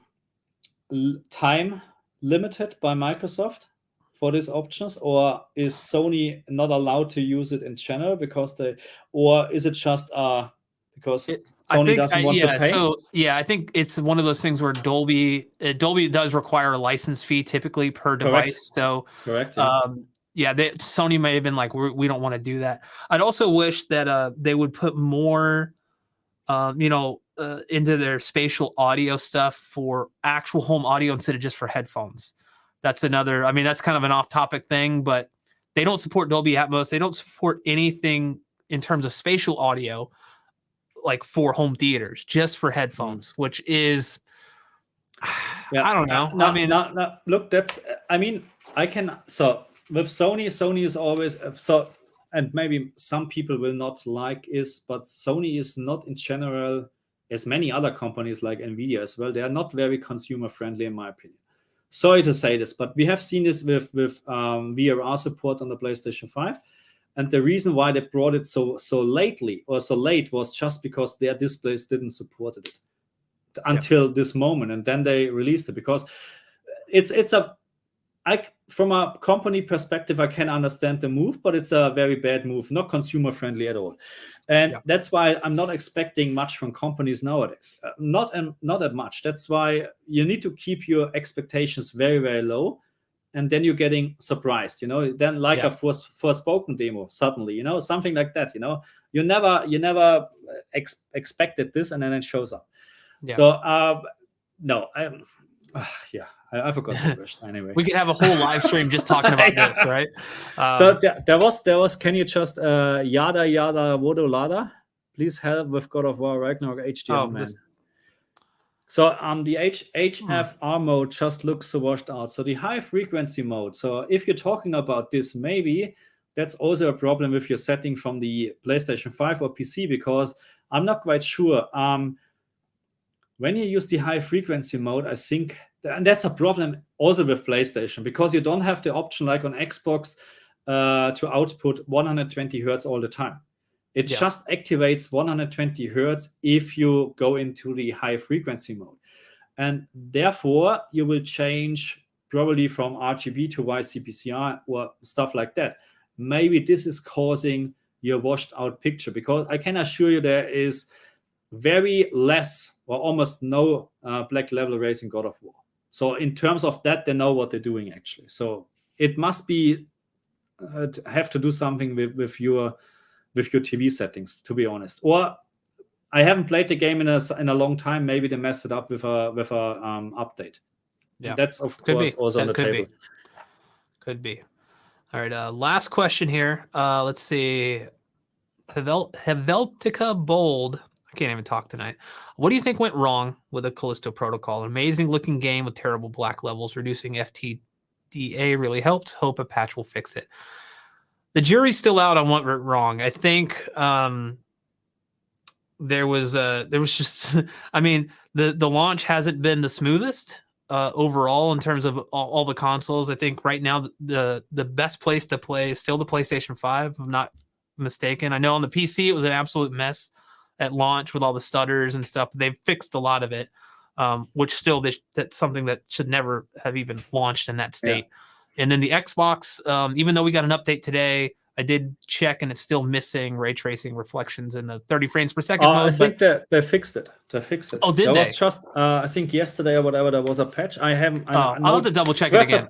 I don't have the Xbox version anyway, but they fixed it apparently. Okay. Yeah, I'll double check again. I just booted up real quick to look before the live stream and I didn't see any, but I didn't have time to like really go to like find a mirror. I was just trying to look up. So it may be there. I did notice a patch. But yeah, there was a lot of just kind of curious issues, right? Bugs. I mean, no game today launches without some type of bug here or there. I had bugs in God of War Ragnarok that weren't game breaking, thankfully, but they still happen even on like big, huge AAA games. And Callisto Protocol, while it is a AAA game, I would say, I don't know. It's quality control what happened. Yeah. To be very honest, because you should never release a game like that. No, never. Exactly. And you know exactly that PlayStation 5 is connected to an HDR screen. And nowadays, you know, everybody I would say the majority of the people using high-end TVs with the PlayStation 5. I would say so. Maybe I'm completely wrong, but the people I know, they're using at least a HDR-capable screen. And then having something released like that, it's not a good thing. Just give me a need to yes. No, you're good. You're good. I watched. KG is here. Oh, hello. Yeah, and we're doing a stream tomorrow. I haven't prepared anything in terms of thumbnails. I am so busy with stuff really. But we will talk about best gaming TVs tomorrow in this live stream. So make sure you join as well. Oh, good. Yeah, I'll be there. I mean, I'll be in the audience. I won't be on the stream. But if you ask me really what I think what happened with this game, maybe the truth is really with this SDR RGB limited to HDR limited full whatever conversion. That's the right word, I think. Maybe that's something. But then if this would be the problem, then it should be fixable like this. Yeah. Because if it's just a mismatch of information or whatever, they should be able to fix this within a couple of, I wouldn't say minutes, but it should be easy fixable, in my opinion. Yeah. So that's why I don't understand it. But then, because I wrote a lot of messages or whatever to Callisto on Twitter, but I never got a reply, unfortunately. So that's why I need hundreds of million subscribers, to get a reply. I like to understand him right now. You're not. No, but I like to understand what is the problem. Really, what is the problem, and why they're not testing this?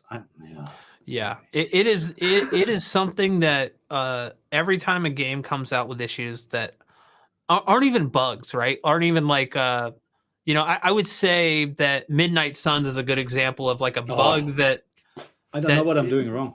Makes no sense, right? And it's something that unless you're in that specific situation, because let's face it, most people are not going to disable HDR on their PlayStation, right? Not. So they're probably never going to experience this bug, but it's still something that needs to be addressed. Like it shouldn't be an issue for anybody testing it. Yeah. So quality control and just like when you're doing any type of, this applies to all types of production, right? Like music production, video production, whatever. Your final result needs to be tested on multiple types of displays to make sure that it translates well onto everything. This is Same not with, happening. I'm very sure. Same with audio, different speakers, AirPods. Absolutely. Like what are rooms, people watching, watching on and listening on? So that's but it costs not money. happening. It costs money. That's why it doesn't. Yeah. And it does. And these games aren't cheap to produce to begin with. The prices have gone up astronomically to make these games. And we're seeing that, with games being $70 now instead of, $60 most of the time.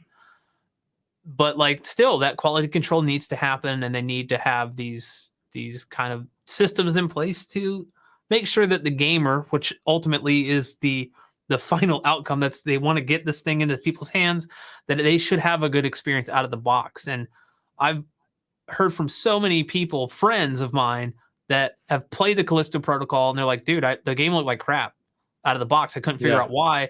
I watched your video. Thank you for putting it out. If not, I would be playing this game just still wondering why it looked like crap. Yeah, and even in SDR, it's not correct, And this is what I don't understand, because you can have different settings like they have, and they call it gamma, which is correct, between 2.2, 2.4, and also sRGB, which is purely the gamma for PC monitors. But you can use this on TVs as well, no problem at all. But just the sRGB gamma setting delivers you hassle-free, perfect OLED black. Yeah. So, and the problem is with gamma settings, you should never have raised black levels when you change between gamma 1.9, 2.2, 2.4, BT1880, whatever. It should never impact black level raise on 0, because 0 is always the same. On gamma 1.9, it doesn't matter, it's 0. But you can see this clearly in Callisto Protocol. That means from the very beginning, there's something wrong already. Yeah. And this is what I don't understand. If you would have proper quality control at the end with people that understand what they're doing, you shouldn't see this. Yeah.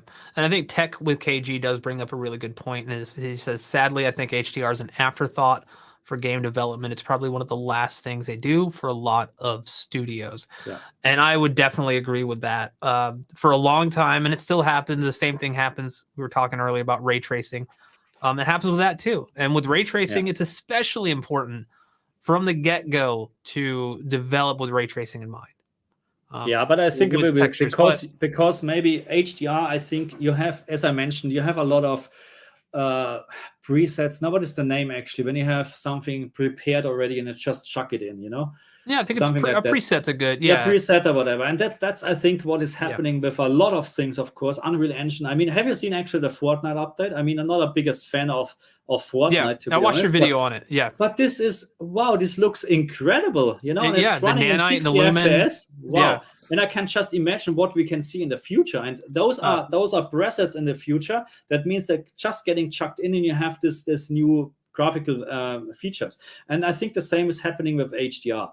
They have something prepared and they put it in. RTX, on the other hand, they're in the beginning. And as you mentioned, you have to do this from the very beginning. You can't just edit later on because the textures are already there. You have to make it from the very beginning. So we will have a better outcome actually with RTX compared with HDR at the end. I think, I think you're definitely I definitely agree with you. I think with HDR, it's an afterthought that at the very end, they literally throw the preset on and tick a box to say HDR. And even though it's like that's how games with fake HDR come out, because none of it's been adjusted in any way, in way, shape, or form, and it is what it is. And then we'll fix it later, and that's kind of, especially with something like that, they're like, okay, it's not really going to affect the game play, but you're paying a lot of money for this stuff, so of course, and I think on that note, that's a great way to end the stream. So do you have any closing words for our audience here? I'm very hungry now. Me too. Me too. I haven't ate. It's 9:00 here. So for people that don't know, I'm in Florida. Marcus is in Adelaide, Australia. And so the time difference, it's currently Friday night here. at 9 o'clock, and it's he's like almost 16 hours ahead of me. So it's actually he's in the future. I'm wearing a Back to the Future shirt. I can see the future. You're gonna go Doc and Marty getting the DeLorean. Yes. So yeah, he could see in the future, and yeah, but so it's been kind of cool or weird to no, it was weird. Yeah. No, but it was a great stream, I think. I hope yeah, and we will the same way. Yeah, if Marcus is willing to do this again, so am I. I had a lot of fun talking about this stuff, and yeah, who knows what we'll talk about next time. Yeah, but definitely we have a next time. What the topic is, let's see. We'll see. Hopefully not messy. Yeah. Hopefully not mess HDR. Yeah, I want to do a stream. It's like HDR is perfect now. No. You will. It'll be a long time. It'll be waiting a while. Yeah. Well, no thank worries, you. Okay? Yeah, thank you everyone for joining. Thanks for all the questions. Thanks for all the super chats again. You guys have been awesome. Thank you very much. If you're still watching from Home Theater Gamer, go and check out Marcus's channel, GamingTech, on YouTube. He does a lot of great stuff. Make sure you're subscribed to him, turn that bell notification on, all that fun stuff. And then if you're from GamingTech's channel and you want to learn more about home theater and audio calibration, go to his channel. Subscribe, please. Watch the check channel. out the Home Theater Gamer. Both worlds, and you're more into audio right now, but both worlds are actually needs to fit together. Audio and visual. So it's all a good. It's all a great combination, and we need all of this working in harmony to have a great experience. So, thank you everyone again. Thank you very much. We will see you in the next one. See ya.